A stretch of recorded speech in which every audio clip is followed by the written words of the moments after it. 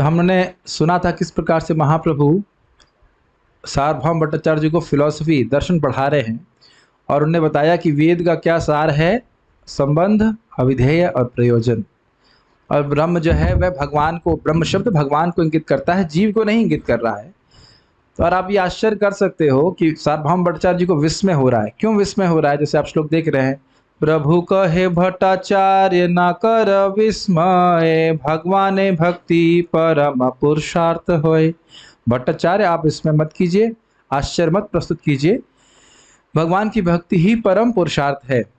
अब विस्मय की बात क्या है कि आज तक जो हम समझ सकते हैं इस डिस्कशन से, सार्वभौम भट्टाचार्य जी का पूरा जीवन बीत गया और ये बात नहीं समझ पाए कि भक्ति पुरुषार्थ है। मुक्ति ही समझते होंगे जो हम समझ रहे हैं, नहीं तो भक्ति के बारे में कभी सोचे भी नहीं थे। तो इतने महान शास्त्र के व्यक्ति भी पूरा जीवन व्यर्थ कर दिए, एक तरह से खुद ही स्वीकार करेंगे इसको। तो महाप्रभु की कृपा हुई तो उनको समझ में आया कि जीवन का लक्ष्य क्या है। इसलिए हम चकित हो गए, ऐसा लग रहा है जैसे पहली बार सुन रहे हो। समझ रहे ना भाई? जैसे मान लीजिए कोई शास्त्र का जानकार है, उसके सामने आप कुछ गीता बोलेंगे तो कुछ ऐसे विस्मय नहीं होगा, हाँ तुम जानते हैं, एक बात एक दृष्टि से देखें दो। लेकिन इनको ऐसा लग रहा है जैसे वो पहली बार सुन रहे हैं सब बातें।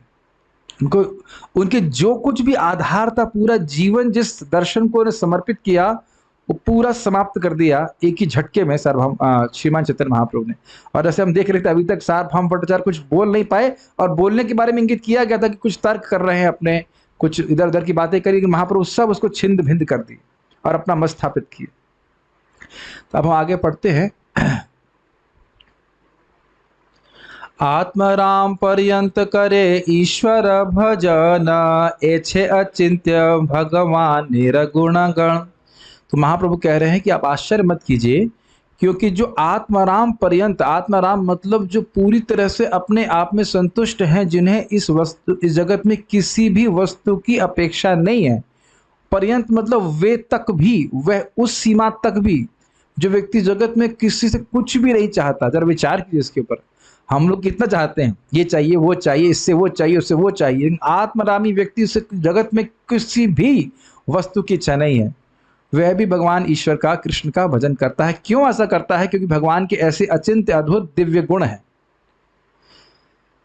इसको आप लोग श्रीमद् भागवतम के चौथे अध्याय में प्रश्न उठेगा कि भाई सुखदेव गोस्वामी तो बोलते ही नहीं थे, सुखदेव गोस्वामी बोलते ही नहीं थे तो 18,000 श्लोक बोले कैसे? जो आदमी कुछ नहीं बोल रहा है वो 18,000 श्लोक क्यों बोल रहा है? वो कहीं एक जगह टिकते नहीं थे, केवल गो दोहन मात्र तक, जब तक गाय दूही जाती थी तब तक रुकते थे, तो वो एक स्थान पर रुके कैसे? ये सारे प्रश्न आएंगे चौथे अध्याय में, देखिए बड़ा इंटरेस्टिंग है। इसका अर्थ है कि भगवान के गुण बोलने में जो आत्मरामी पुरुष हैं, जो ब्रह्मनिष्ठ हैं, उनको भी बहुत आनंद आता है। वस्तुतः उनको ही असली आनंद आता है। ठीक है, तो इसीलिए यहाँ पे भगवान इस श्लोक को बोल रहे हैं। ये श्लोक पे हमारा ब्रेकफास्ट दांव पे लगा था, बताया था मैंने आपको पहले एक बार। हम लोग को तो पता ही नहीं था सर क्यों ऐसा बोल रहे हैं। सर बोले ये श्लोक याद नहीं करोगे तो ब्रेकफास्ट नहीं मिलेगा। तो सब लोग माला छोड़ के ऐसे याद कर रहे थे कि क्या करें भाई, ब्रेकफास्ट तो बहुत जरूरी है। उस समय माला के प्रति इतने समर्पित थे, लेकिन माला होगी नहीं, लेकिन ब्रेकफास्ट मिलना बहुत जरूरी है। तो सभी लोग मेरे साथ में बोलिए, मेरे पहले पीछे बोलिए। आत्मारामश्च मुनयो निर्ग्रंथाप्यरुक्रमे, कुर्वन्त्य है तो किं भक्तिम, इत्थं भूत गुणो हरिः। आत्मारामश्च मुनयो निर्ग्रंथाप्यरुक्रमे, कुर्वन्त्य है तो किं भक्तिम, इत्थं भूत गुणो हरिः।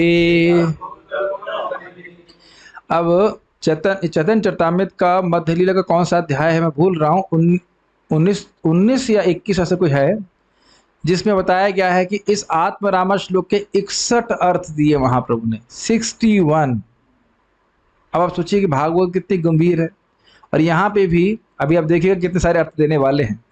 तो श्लोक का एक अर्थ जो सीधा सीधा अर्थ है वो समझना चाहिए। आत्मारामश्च मुनयो, जो आत्मरामी हैं, मतलब इनको, राम मतलब आनंद लेने वाले, तो आत्मरामी मतलब जिनको आत्मा में ही आनंद प्राप्त होता है, ब्रह्म सुख में लीन है, जो मुनिया मतलब जो मुनिगण हैं, जो मननशील हैं, निर्ग्रंथा जिनकी मिथ्या अहंकार की ग्रंथि नष्ट हो चुकी, अपि वे भी उरुक्रमे मतलब जिनका क्रम, जिनका विक्रम, जिनका पराक्रम बहुत अधिक है, उन भगवान विष्णु की कुर्वंती अहेतु किम भक्ति, कुर्वंती शब्द परस्मय पद में है, उनको प्रसन्न करने के लिए। अहेतु की भक्ति मतलब कोई भौतिक हेतु लेकर के भक्ति नहीं करते, प्रेम में भक्ति करते हैं। ऐसा क्यों करते हैं? जब उन्हें किसी वस्तु की अपेक्षा नहीं है तो भगवान की भक्ति क्यों कर रहे हैं? तो कह रहे हैं इत्थम, इस प्रकार के, इत्थम भूत गुणो हरि, भगवान हरि के गुण ही इस प्रकार के हैं, वो दिव्य गुणों से विभूषित हैं। इस कारण से जो आत्मारामी पुरुष हैं, जो दिव्य पुरुष हैं, उनको भी वे आकर्षित करते हैं। जिनको इस जगत की किसी वस्तु से कोई अपेक्षा नहीं है, वह भी भगवान के गुणों को सुनने की अपेक्षा करते हैं, उसके लिए लालायित रहते हैं। ये आप देखिएगा कि सुखदेव गोस्वामी जी, मैं तो जहाँ तक मैं समझ रहा हूँ, कोई उनको बुलाया भी नहीं था परीक्षित महाराज जी के पास कुछ बोलने के लिए, कोई नेता दिया हुआ ऐसा नहीं है, लेकिन खुद से आए भगवान की लीला को बोलने के लिए परीक्षित महाराज से। तो इस प्रकार का आग्रह रहता है। महाराज इस पे बड़ा अच्छा बोलते हैं, कहते हैं कि जिसको किसी वस्तु की अपेक्षा नहीं थी, श्रीला सुखदेव गोस्वामी, वह भागवत श्रवण कर रहा है। वो भागवत पहले सीखे, सुतम श्रावया मासा, सुना था हमने कि व्यासदेव जी अपने बेटे को सुनाए, तो सुनाए मतलब सुने भी ना वो, और 18,000 श्लोक सुने। तो जिस जगत में, इस जगत में जिसको किसी वस्तु की अपेक्षा नहीं है, वह भी भागवत की उपेक्षा नहीं कर पा रहा। तो सोचिए, जिन्हें हम जैसे लोग, जिन्हें हर वस्तु की अपेक्षा, ये भी चाहिए वो भी चाहिए, उन्हें भागवत सुनने में कितनी जरूरत है। एक बहुत इससे इंपॉर्टेंट बात हम आगे बढ़ने वाले हैं, इससे पहले कि ये बात कृष्ण कथा के समय में बहुत अच्छी महाराज बता रहे थे, कह रहे थे कि देखिए, इस जगत में कोई भी वस्तु हम प्राप्त करते हैं तो एक ग्लानि का निर्माण करता है। ग्लानि समझते हैं? नहीं, ग्लानि मतलब काइंड ऑफ लेमेंटेशन, शोक। अरे अब ये तो है, लेकिन और ये वस्तु मिल जाती तो अच्छा होता है कि नहीं? भाई जितने लोग यहाँ पे जॉब कर रहे हैं वो लोग संतुष्ट है ना अपनी सैलरी से? कुछ हंस रहे हैं लोग, उत्तर नहीं दे रहे।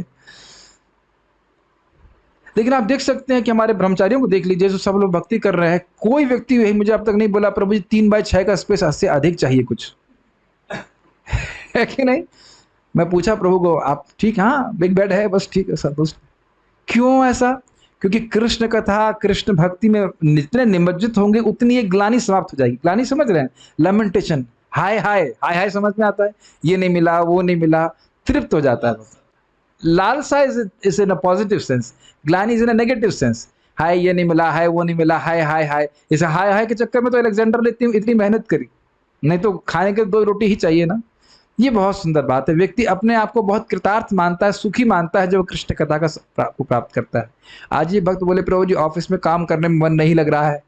हमने कहा मैं बड़ा खुश हूँ, अच्छे सिम्टम्स है भक्ति कर रहे हो। मेरे भक्त जो भौतिकतावादी थे अब वो मुझे पसंद नहीं कर रहे हैं। मैं मन में बोला था बहुत अच्छी बात है, very good, now you are progressing in Krishna consciousness, Krishna भावना में आप प्रगति कर रहे हैं। अरे एक दोस्त अच्छा नहीं लग रहा है, यहाँ तो बहुत सारे दोस्त हैं ना जो आपको पसंद करते हैं। कुछ समझ रहे हैं ना मेरी बात? खैर हम बात कल ही कर रहे थे कि भगवान हरि के गुण हैं, वे आत्मारामी पुरुषों को भी आकर्षित करते। तो महाप्रभु ने श्लोक क्यों कोट किया? अरे ये मत सोचो कि भक्ति जो है परम पुरुषार्थ क्यों है, क्योंकि प्राय कोई सोचेगा अरे जो मुक्ति है बस मुक्ति ही परम पुरुषार्थ है। नहीं, वास्तविक भक्ति तो मुक्ति के बाद शुरू होती है। जब जीव पूरी तरह से भोगों से मुक्त हो गया, तब भोग की वासना से मुक्त हो गया, तब वो भगवान के गुणों का पूरी तरह से अनुभव कर पाएगा। अभी तो हम थोड़ा थोड़ा अनुभव कर रहे हैं, और अभी भी कितने आकर्षक है कि नहीं? यहाँ लोग 6-7 घंटे पढ़ाई करते हैं कोई कंपटीशन की तैयारी करने के लिए, और या कुछ सैलरी प्राप्त करने के लिए, और बिना कुछ इसके कोई करेगा बताइए? और यहाँ भक्त लोग प्रसन्न होकर के रोज ना 3 बजे से लेकर 9 बजे तक साधना करते हैं, रोज प्रसन्न होकर के, और शाम को आकर भी कथा सुन रहे थे ना, कोई दुख हो रहा है। तो समझ लेना चाहिए कि आत्मा की ये नीड है कृष्ण कथा, कृष्ण नाम। तो आप आश्चर्य मत करिए। अब देखिए, शुनि भट्टाचार्य कहे सुन महाशय, ए श्लोक के अर्थ सुनीते वांछा होए। 7 दिन तक कौन बोल रहा था? भट्टाचार्य जी। अब महाप्रभु एक दिन बोलिए, क्या कहते हैं, 100 सुनार के और 1 लुहार के, बस एक ही दिन बोले और महाप्रभु चुप करा दिए। अब क्या कह रहे हैं भट्टाचार्य? जब उन्होंने इस प्रकार से सुना भट्टाचार्य जी ने, तो कहा हे महाशय, हे गोस्वामी, आप इस श्लोक की अर्थ की व्याख्या करिए, मैं इसको सुनना चाहता हूं। अब देखिए महाप्रभु कैसे कह रहे हैं। प्रभु कहे तुमी की अर्थ करत, सॉरी, प्रभु कहे तुमी की अर्थ कर ताहा आगे सुनी, पाछे आमी करीब अर्थ जेबा किछु जाने। कितनी नम्रता में प्रस्तुत कर रहे हैं। महाप्रभु कह रहे हैं पहले आप जो अर्थ जानते हैं श्लोक का वह बोलिए, उसके बाद जो मुझे पता है मैं बोलूंगा।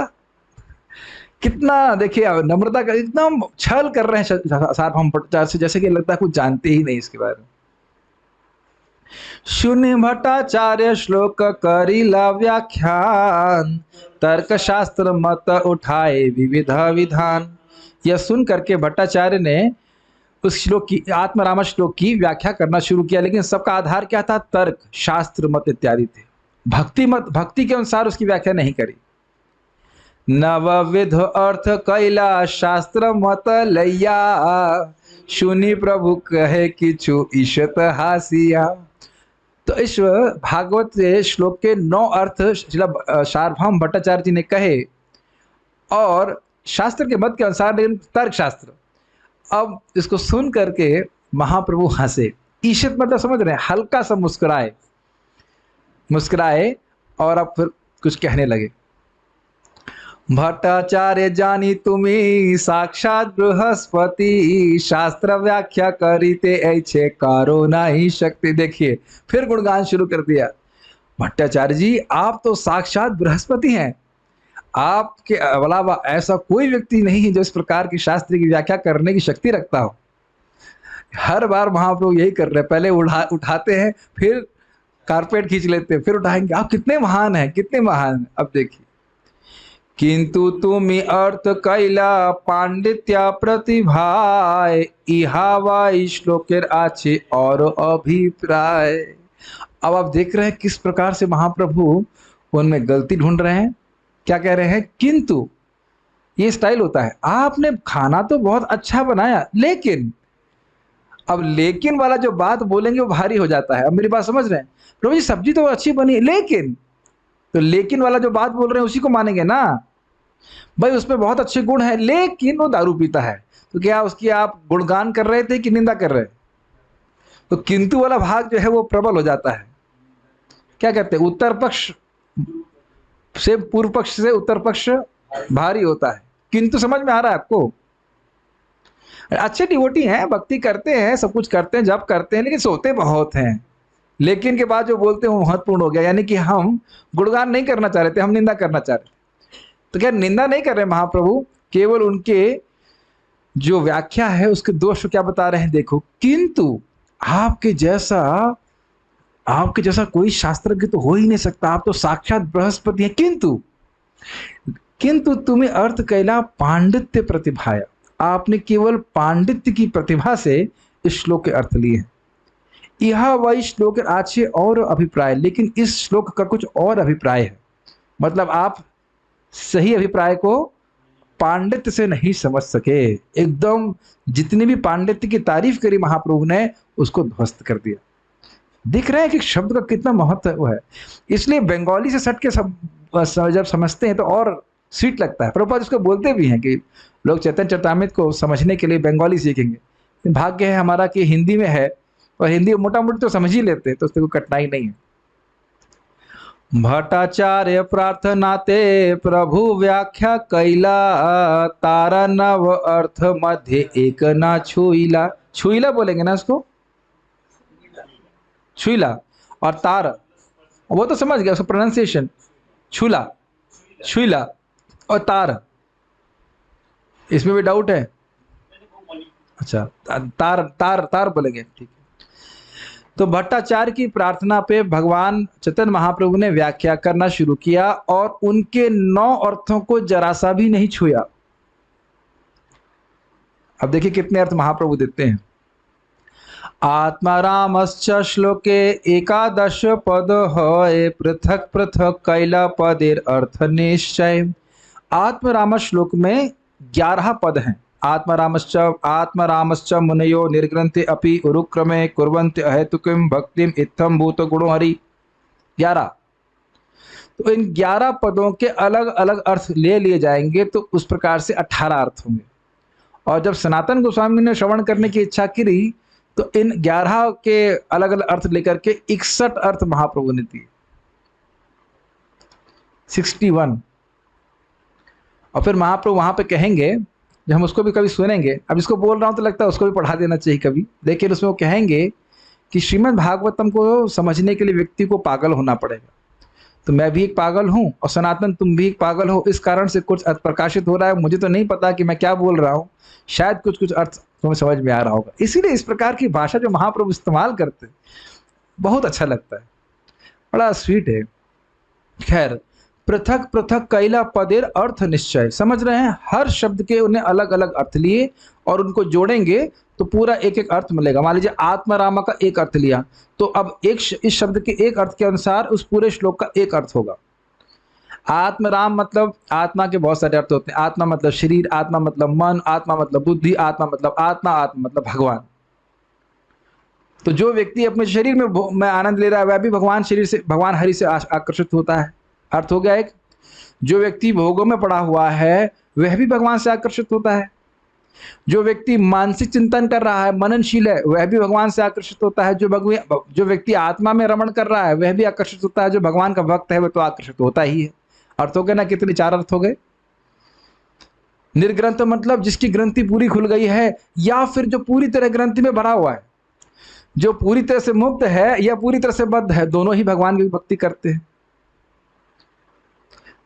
तो अभी हम घबराइए मत, हम वो सब उस प्रकार से अर्थ नहीं कर रहे हैं, लेकिन जिस तरह से महाप्रभु ने, किस शैली से महाप्रभु ने आत्मनाम श्लोक की व्याख्या करी, उसका वर्णन मैं आपको कर रहा हूँ। छोड़ूंगा आप लोगों को नहीं, ऐसा मत सोचिए, वो अध्याय भी कभी कभी पढ़ाया जाएगा, आज नहीं पढ़ा रहे हैं, इतना मान लीजिए। बड़ी इच्छा है कि एक बार जीवन में कभी उसकी चर्चा होनी चाहिए। आज तक मैं कभी उस पर कोई लेक्चर सुना नहीं। कभी सुने आप 61 अर्थ आत्मनाम श्लोक के? कभी कोई नहीं किया। तो बस ये इच्छा तो होती है, घबराहट होती है कैसे करेंगे, लेकिन कल अरे उसे करने में 61 दिन लग जाएगा। उसे समझना बहुत मुश्किल है, क्योंकि अर्थ अलग अलग कर देते हैं, फिर उसको कंबाइन करना होता है, फिर समझना होता है। तो कभी देखेंगे भगवान अगर महाप्रभु आशीर्वाद करेंगे तो हम कुछ कर पाएंगे।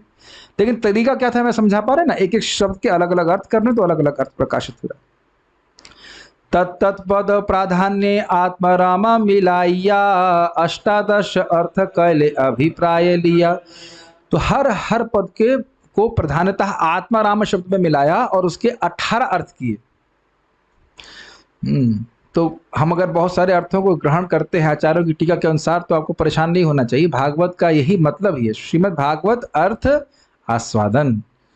भगवान तार शक्ति तार गुण गणा, अचिंत प्रभावे तीन न जाए कथन। भगवान, उनकी शक्ति, उनके गुणों की गणना, उनका अचिंत प्रभाव, इन तीनों को कथन, उनको बोलना संभव नहीं है।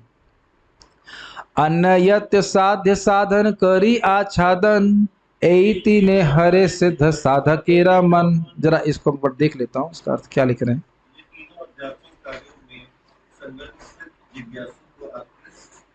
अरे आपकी हिंदी वैसे बहुत अच्छे से बोलते हैं आप।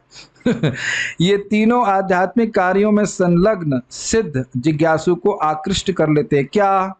भगवान, उनकी विभिन्न शक्तियां और उनके दिव्य गुण, ये सभी अचिंत्य शक्ति से युक्त है। पिछले वाले का अनुवाद ठीक से नहीं हुआ, फिर से देखिए। भगवान तारक शक्ति, तारक गुण गण, गुण गण मतलब गुण समूह। तो भगवान, उनकी शक्ति और उनके गुणों का समूह, ये अचिंत्य प्रभाव से युक्त हैं। उनके बारे में पूर्ण व्याख्यान कर पाना संभव नहीं। अब इस श्लोक की व्याख्या बंगाली में थोड़ा थोड़ा कर रहे हैं, कुछ समझ रहे हैं।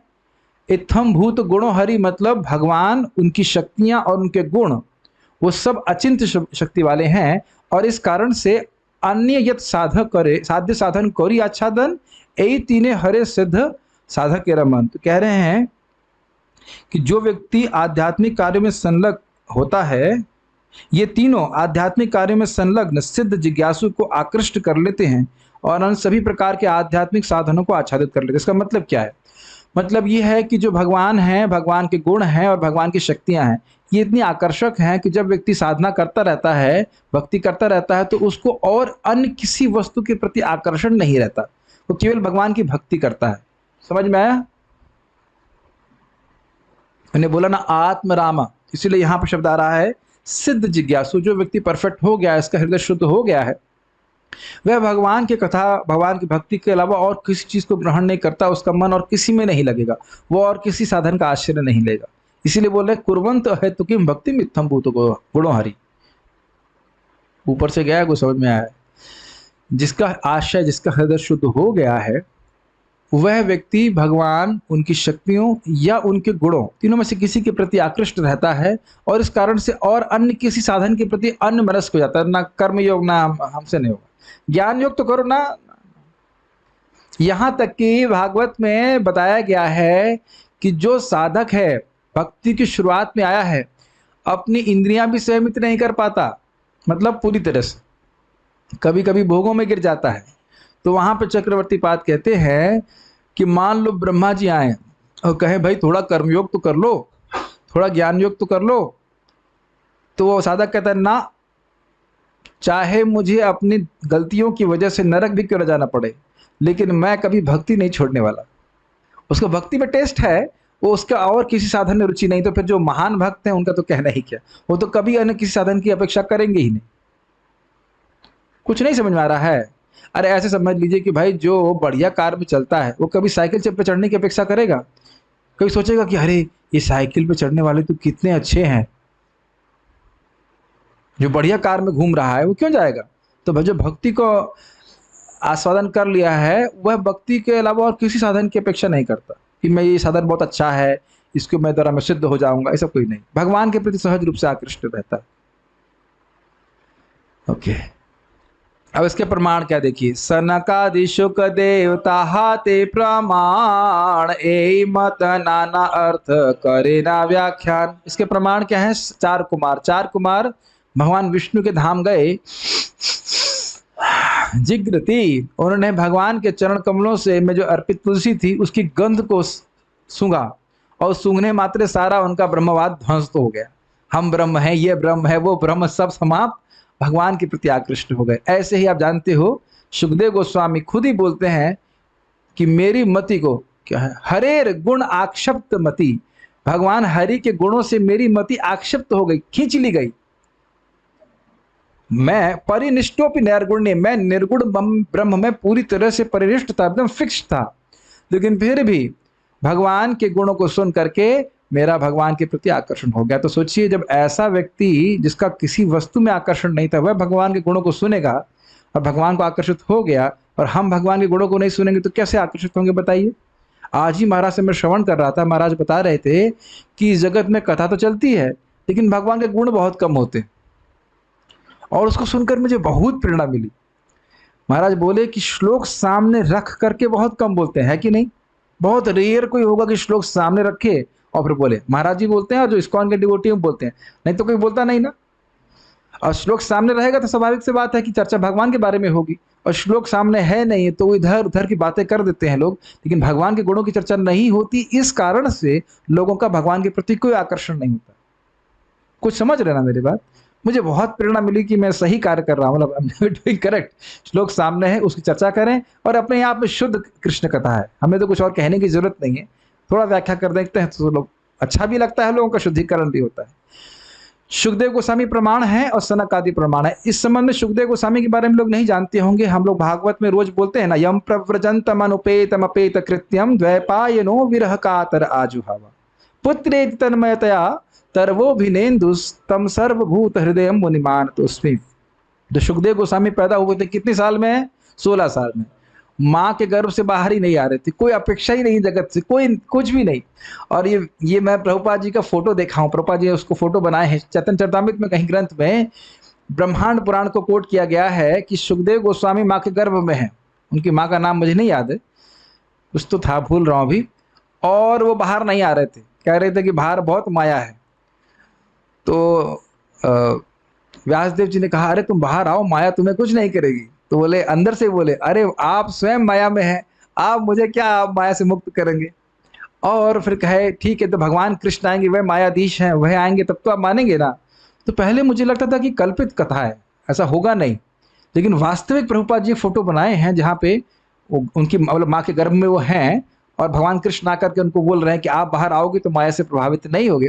तो 16 साल की उम्र में वो आए, और फिर बिना किसी उपनयन संस्कार के भाग गए जंगल में, क्योंकि पिता कितने बड़े थे, महान व्यक्ति, भगवान के अवतार है और कोई अपेक्षा नहीं करे। लेकिन फिर व्यासदेव जी अपने शिष्यों को बोले भागवत के 2 श्लोक को गाने के लिए, जाओ कहीं तुम्हें लगे कि भूत है, डर लग रहा है, तो श्लोक गाने शुरू कर देना। तो जंगल में जाके वो श्लोक गाने लगे, वरहा पीड़म वाला श्लोक, और भगवान की, इसमें भगवान के सौंदर्य का वर्णन है, और अहो बकीम वाला श्लोक जिसमें भगवान की कृपा का वर्णन है। तो जब इसका श्रवण किए सुखदेव गोस्वामी तो फिर वापस आ गए। वो उनको पूछे ये तो बहुत सुंदर श्लोक है, शिष्यों को बोले और सुनाओ और सुनाओ, फिर से बोलो फिर से बोलो। तो बोले हमारे गुरु आप महाराज बड़े अच्छे से बोलते, कहते हैं अरे आप इन 2 श्लोकों के लिए मर रहे हैं, हमारे गुरु महाराज तो बहुत 18,000 श्लोक लिखे हैं, चलिए सुनिए। कहते कौन है गुरु महाराज आपके, समझ गए थे कौन है, व्यासदेव जी। तो फिर आकर के व्यासदेव जी से सुने। तो ये आप अभी तीसरे अध्याय में पढ़ने वाले हो, पढ़े थे। सुतम आधापयामासः, अपने बेटे को सुखदेव गोस्वामी को ये भागवत सुनाई, क्यों समझ रहे थे कि भक्ति के अधिकारी हैं। तो आप समझ गए सुखदेव गोस्वामी और चर कुमार इस प्रकार के प्रमाण हैं कि भगवान के गुण मुक्त पुरुषों को भी आकर्षित करते हैं। इस प्रकार से अनेक अर्थ का व्याख्यान महाप्रभु ने किया। शुनुई भट्टाचार्य मने हैला चमत्कार, प्रभु के कृष्ण जाने करे अपना धिक्कार। जब भट्टाचार्य जी ने सुना तो वो चमत्कृत हो गए। देखिए अब इसमें आपको कुछ विशेष नहीं लग रहा होगा, फिर से समझिए। जो व्यक्ति जो हमने सुना है बृहस्पति जी के अवतार हैं सार्वभौम भट्टाचार्य, जो सन्यासी को वेदांत पढ़ा रहा है, उसके सामने शास्त्र की व्याख्या करके उसे चमत्कृत कर देना यह आसान बात नहीं है। कुछ समझ रहे हैं? रियली बहुत ब्रिलियंट प्रवचन होना चाहिए, तब कोई शास्त्रज्ञ व्यक्ति उससे चमत्कृत होगा। कुछ ग्रहण कर रहे हैं? तो इसलिए भट्टाचार्य के मन में चमत्कार हो रहा है, तो अब समझ गए। अब देखिए कृपा हो रही है। पहले घर में थे, उनकी सेवा कर रहे हैं, सब कुछ कर रहे हैं, लेकिन समझ नहीं पा रहे हैं कि भगवान है। अब जब कृपा हुई महाप्रभु की, तो क्या कह रहे हैं? प्रभु के कृष्ण जानी करे अपना धिक्कार। भगवान कृष्ण को महाप्रभु को समझ रहे हैं कि ये तो साक्षात कृष्ण है। ऐसी व्याख्या भगवान के अलावा कोई नहीं कर सकता। सोचिए क्या एक्सपीरियंस होगा ना, किसी से आप श्रवण कर रहे हैं, मालूम चले ये तो भगवान है। थोड़ा सा लीला में प्रवेश कीजिए, बहुत लंबी लीला नहीं है, बहुत पुरानी लीला नहीं, 500 साल पहले है ना। आप किसी से बात कर रहे हैं, आपको कथा सुना रहा है, और वो सोचिए वो भगवान ही निकल जाए तो ये तो एकदम हिल जाएंगे ना। आश्चर्य की बात है ना। सोचिए कितना आश्चर्य हुआ होगा भट्टाचार्य जी को। एक दिन ये आश्चर्य हम लोग को भी होने वाला है। ऐसा नहीं कि कृष्ण मिलेंगे नहीं तो आप इस्कॉन में आए नहीं होते। ये बात ध्यान रख लीजिएगा। ऐसा मत सोचिए कृष्ण नहीं मिलेंगे, मिलेंगे जरूर। इस पे हमारे रोमपाद महाराज बड़ा अच्छा कह रहे थे कि जब कृष्ण मिले और पूछे तुम्हें क्या चाहिए, तो कभी मत कहना कि मुझे कुछ चाहिए, हमेशा यही बोलना कि भगवान मुझे आपकी प्रेमा भक्ति ही चाहिए। क्या जब इस प्रकार से कृष्ण मिलेंगे तो ऐसी स्थिति होगी भी नहीं कि हम कुछ भौतिक चाहेंगे, है कि नहीं? हाँ नहीं, भौतिक प्रेम भक्ति भौतिक नहीं है। तो वही तो महाराज बोल रहे हैं कि कभी ये नहीं बोलना कि मुझे ये चाहिए, मुझे वो चाहिए, मुझे ये चाहिए। लेकिन ये बात ध्यान रखिएगा कि एक दिन कृष्ण मिलेंगे, और इसी आशा के संग व्यक्ति भजन करता है। आर्बिट भजन नहीं करता। आर्बिट समझते हैं, मतलब ऐसे ही नहीं भजन कर रहा है, कोई उद्देश्य लेके चल रहा है कि हाँ भाई एक दिन मुझे भगवान के चरणों की प्राप्ति हो, इसलिए भजन कर रहा है। ये कोई समझ नहीं पा रहा है। आज प्रभुपाद जी यही बात बोल रहे थे कि केवल इस्कॉन में या कृष्ण भावना आंदोलन में ही व्याख्या की जा रही, बताया जा रहा है कि एक आध्यात्मिक जगत है। बात बहुत सिंपल सी लगती है ना, लेकिन कौन ये इन्फॉर्मेशन दे रहा है, बताइए। खैर, अपने को धिक्कार कर रहे थे कि किस प्रकार से ने महाप्रभु को। अब आप ये बताइए एक और सुंदर सी बात, आप भगवान को पढ़ाने जाएंगे, आप समझ में आ रहा धिक्कार क्यों कर रहे हैं?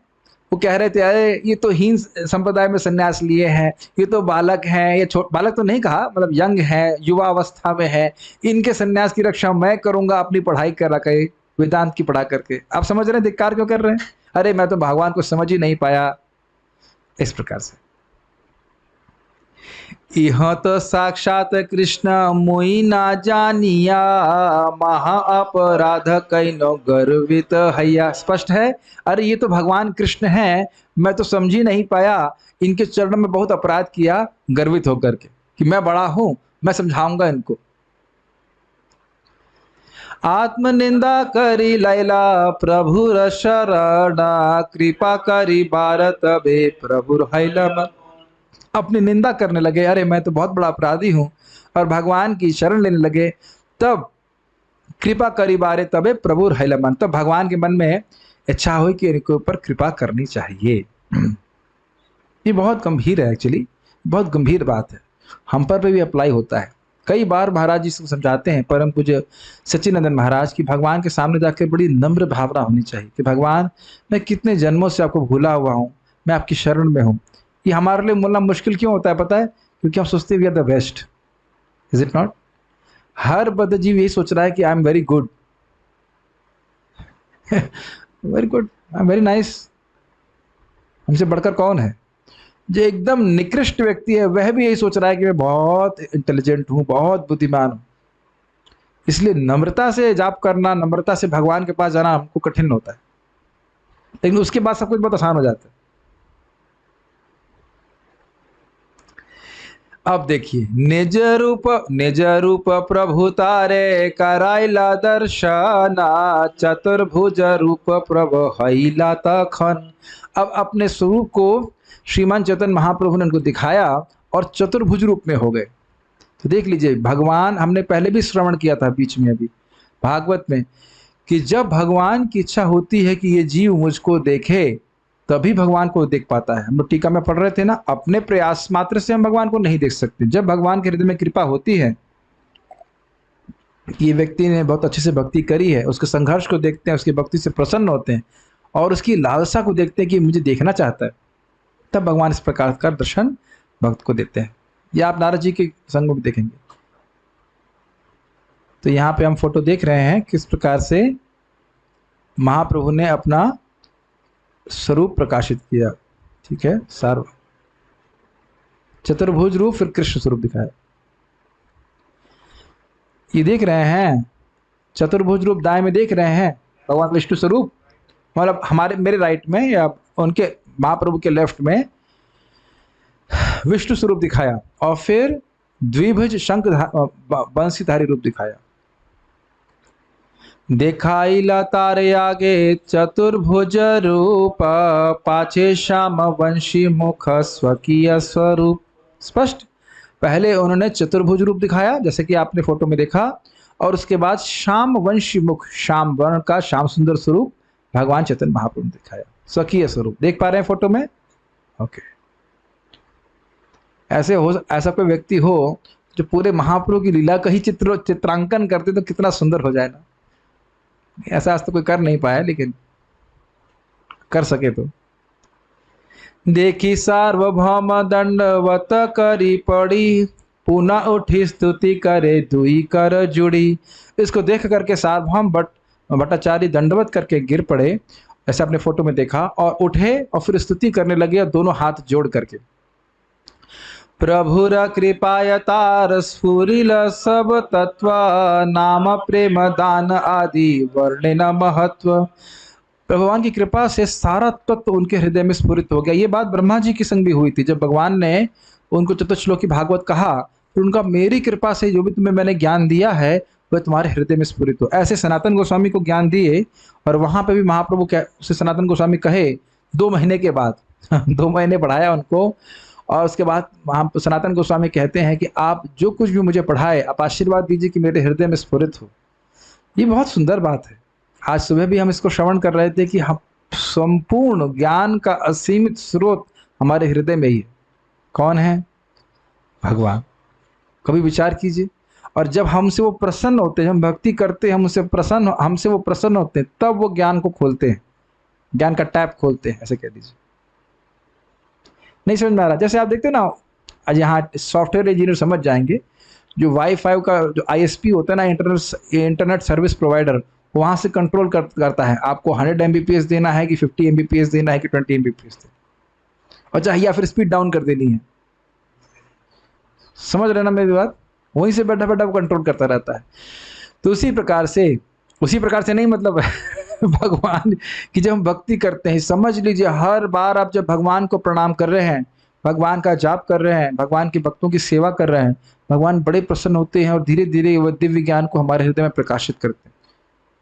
महाराज बहुत अच्छा बोल रहे थे इस संबंध में कि कोई व्यक्ति भगवान को प्रणाम करके उठ रहा है, वो सेम व्यक्ति नहीं है, उसका अज्ञान नष्ट हुआ, उसके पाप ध्वंस हुए। समझ रहे हैं? और धीरे धीरे आपको भगवान को प्रणाम करना बड़ा अच्छा लगने लग जाएगा। आजकल तो गर्मी है, कोई कठिनाई नहीं है, जाड़े में थोड़ा दिक्कत होती है। आप कभी कल सुबह देखिएगा, पूरा दंडवत कीजिए, एकदम दोनों हाथ ऐसे लगा करके और सर पूरा जमीन पर टका करके बढ़िया से दंडवत कीजिए। पुरुषों के लिए बोल रहा हूँ, माता जी लोग पंचांग प्रणाम करते हैं। रियली खाली बोलिए मत भगवान उम्मीद है कि भगवान को केवल बोलते नहीं होंगे दंडवत प्रणाम यहाँ तो बोल के काम चला लेते, दंडवत प्रणाम दंडवत प्रणाम।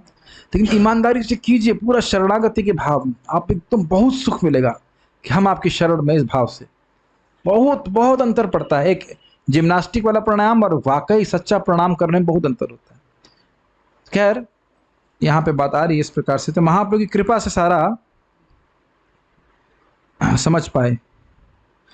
इसकी अनुवाद प्रभुपाद का बहुत सुंदर है। भगवान नाम का कीर्तन तथा भगवत प्रेम का सर्वत्र वितरण करने के महत्व को समझ सके, ये बहुत अच्छा लगा मेरे को। देखिए, हम लोग सुनते हैं नाम की महिमा, बिल्कुल सुनते हैं, लेकिन जिसके हृदय में नाम की महिमा स्फुरित हो गई, उसका अर्थ थोड़ा अलग हो गया। अब वो नाम के महत्व को समझ रहा है।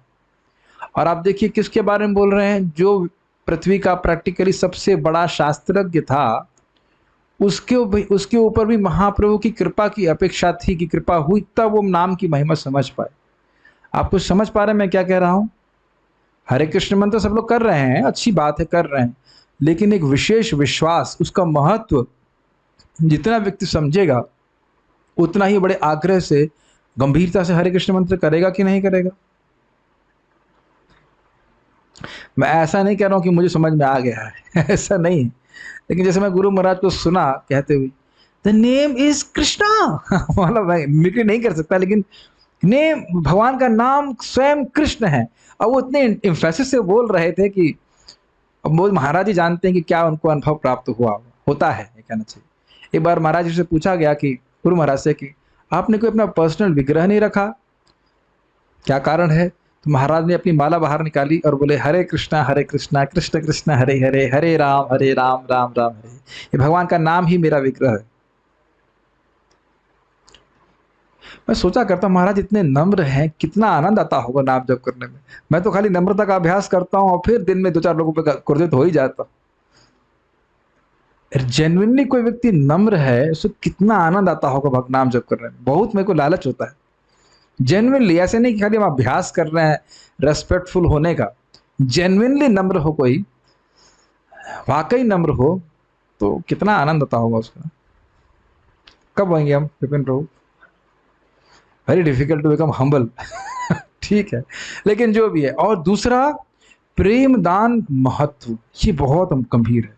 किस प्रकार से भक्ति दूसरों को दे करके हम भगवान की असीमित सेवा कर रहे हैं। It is unlimited service to the unlimited, it is infinite service to the infinite. किसी जीव पर कितनी बड़ी कृपा की जा रही है भक्ति दे करके या भक्ति का मौका दे करके, ये प्रचार करने वालों को भी समझ में नहीं आता। जो प्रचारित कर रहे हैं उनको तो छोड़ दीजिए आप। परम पूज्य जयप्रताप महाराज इस बात को बोलते हैं, आप सुने महाराज का कथन, we don't know how much mercy we are giving to others. क्या स्टेटमेंट है, अमेजिंग, इज इट नॉट? आप किसी को प्रसाद खिला रहे हैं, किसी को पुस्तक दे रहे हैं। जिस व्यक्ति ने मुझे जर्नी ऑफ सेल्फ डिस्कवरी दी या पुस्तक प्रचार करने के लिए आए, या हम आज यहाँ भागवत पढ़ रहे हैं, चैतन्य चरितामृत पढ़ रहे हैं, कितना बड़े भाग्य का निर्माण कर रहे हैं। अपने लिए तो कर ही रहे हैं, और जो लोग श्रवण करेंगे वो लोग, उनका कितना भाग्य होगा उसकी हम कल्पना नहीं कर सकते, कुछ नहीं जानते हम। इसीलिए तो प्रचार का उत्साह नहीं होता है। प्रभु जी हम लोग बहुत पतित हैं, इतने तो नहीं है कि प्रसाद नहीं खाएं, प्रसाद खाने लायक तो हैं, लेकिन प्रचार नहीं करना चाहते।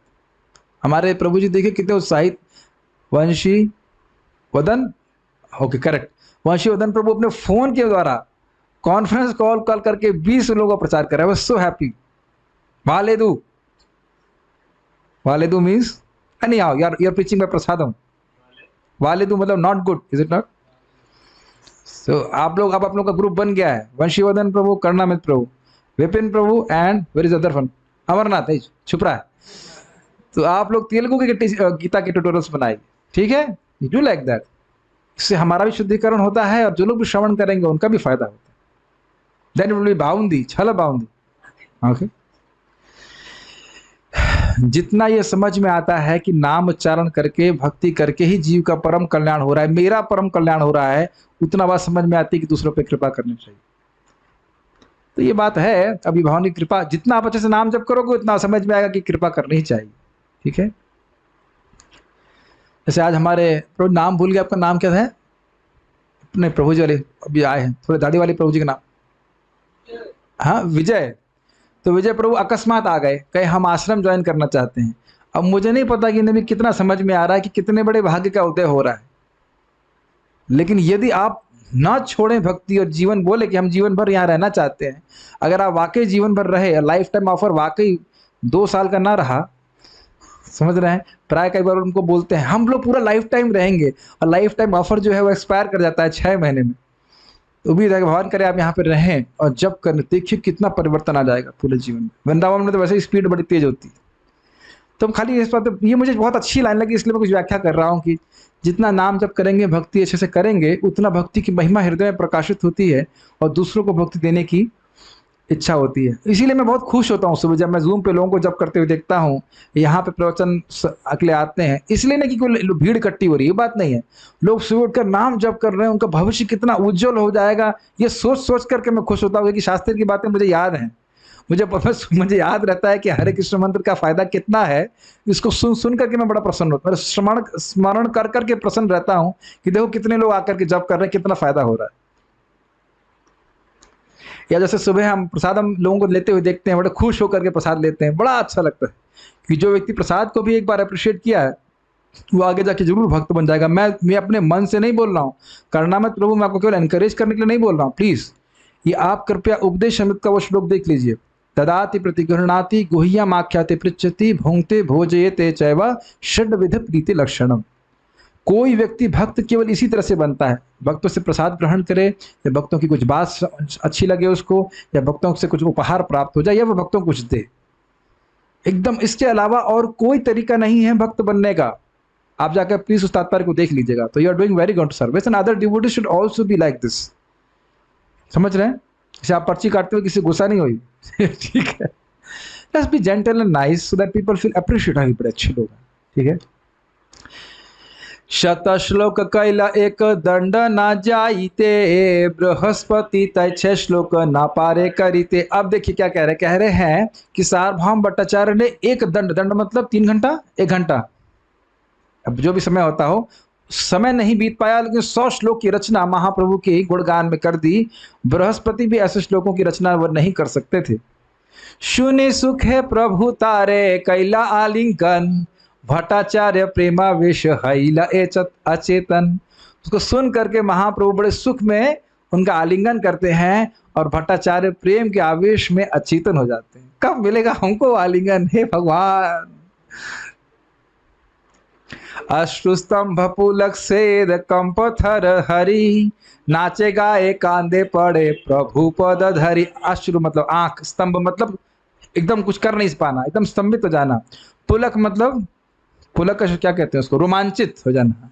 स्वेद मतलब पसीना आना, कंप मतलब कांपना, थरहरी मतलब थरथराना। इस प्रकार से नाचना, गाना, कांदे मतलब रोना, और पड़े प्रभु पद धरी, भगवान के चरण कमल को धर करके इस प्रकार से वो कर रहे थे। देखिए कुछ समय पहले क्या थे, सीरियस सार्वभौम भट्टाचार्य जो केवल वेदांत की चर्चा करते हैं, और अब देख ली क्या स्थिति हुई। देखी गोपीनाथाचार्य हर्षित माना, भट्टाचार्य नृत्य देखी हासे प्रभुर्गण। गोपीनाथ जी आचार्य इसको देखकर बड़े हर्षित हुए, और भट्टाचार्य जी के नृत्य को देख करके जो महाप्रभु के अन्य पार्षद थे वो सब हंसने लगे। देखो महाप्रभु की कृपा किस प्रकार से हुई। गोपीनाथ आचार्य कहे महाप्रभुर प्रति, से भट्टाचार्य प्रभु कैला ए गति। गोपीनाथ आचार्य ने महाप्रभु जी के प्रति एक वचन कहे। भट्टाचार्य, सार्वभौम भट्टाचार्य ने कि प्रभु ने किस प्रकार की गति कर दी, देखो किस प्रकार की गति बना दी, प्रेमी भक्त हो गए। तो अब देखिए भगवान क्या कहते हैं, प्रभु कहे तुम्हें भक्त तुम्हार संग है ते, जगन्नाथ हार कृपा कैले भाल मत। जो लोग बंगाली समझ रहे हैं वो तो बहुत ही आनंद ले रहे हैं। हम कह रहे हैं, भगवान कह रहे हैं आप भक्त हैं। गोपीनाथ आचार्य कहते हैं आप भक्त हैं, आपके संग से ऐसा हुआ है, मैंने कुछ नहीं किया है, जगन्नाथ की कृपा से ये सब हो गया। अब उनसे प्रश्न करो, मान लो गोपीनाथ आचार्य जी कहते हैं भाई मैं तो इनका दामाद हूँ, बचपन से हूँ, बचपन से नहीं, सॉरी बचपन से नहीं है मतलब जवानी से हूँ, अगर मैं ही भक्त होता, मैं भक्त तो थे ही, मेरी वजह से कृपा होती तो अभी तक कृपा क्यों नहीं हुई। तो महाप्रभु की शैली है, वो भक्तों को इस प्रकार से श्रेय देते हैं, खुद अपने नहीं मानते श्रेय को। तबे भट्टाचार्य प्रभु सुस्थिर करीला, स्थिर है या भट्टाचार्य बहुस्तुति कैला। तब भट्टाचार्य को महाप्रभु ने सुस्थिर किया, शांत हो जाइए, और स्थिर होकर के भट्टाचार्य ने बहुत सारी स्तुति करी। जगत, ऊंचे से बोलिए, जगत निस्तारिले तुम्ही सेह अल्पकार, आमा उधारिले तुम्ही ए शक्ति आश्चर्य। पूरे जगत का आपने निस्तार कर दिया, ये तो बहुत छोटा कार्य है, आपके लिए कुछ बड़ी बात नहीं है, लेकिन आपने मेरा उद्धार किया है, ये बड़े आश्चर्य की बात है। देखिए कितने नम्र हो गए। तर्क शास्त्र जड़ आमी यछे लौह पिंड, आमाद्रावाइले तुम्ही प्रताप प्रचंड। तर्क शास्त्र के कारण मैं जड़ हो गया था, जड़ समझ रहे हैं, जिसकी कोई चेतना ही नहीं हो, कुछ समझ ही ना पाए, जैसे लौह पिंड, जैसे कि ये लोहे का ग्लास है, इसमें तो कोई चेतना है नहीं, जो कह रहे हैं जैसे कि लोहे का पिंड होता है, ऐसा मेरा हृदय हो गया था। आमा द्रवाई ले तुम्हें, लेकिन मेरे ऐसे लोह पिंड रूपी हृदय को भी आपने द्रवीभूत कर दिया। द्रवीभूत मतलब पिघला दिया। यह तो आपका प्रचंड प्रताप है, महान प्रताप है। ठीक है, ये बात हर भक्त श्रीमन चैतन्य महाप्रभु की कृपा से समझ सकता है कि अपने जीवन में वो पहले क्या सोचा करता था जब भक्ति में नहीं आया, और अब वो किस प्रकार का जीवन जी रहा है। तो इससे कम से कम मन में कृतज्ञता तो जरूर आनी चाहिए। ये बहुत गंभीर बात है कि भगवान, पता नहीं मैं कैसे कौन से नरक में जा रहा था, मेरा कहाँ फ्लैट बुक था कि नहीं, और आपकी कृपा से आज हम भक्तों का संग प्राप्त कर पा रहे हैं। ये बहुत अच्छी बात है। हम भगवान का नाम जप कर पा रहे हैं, सुबह उठकर आपका दर्शन कर पा रहे हैं, ऐसी थोड़ी थोड़ी मति हो रही है कि नहीं। आपको भक्त जबरदस्ती पकड़ के लाए कि नहीं आप है कि नहीं।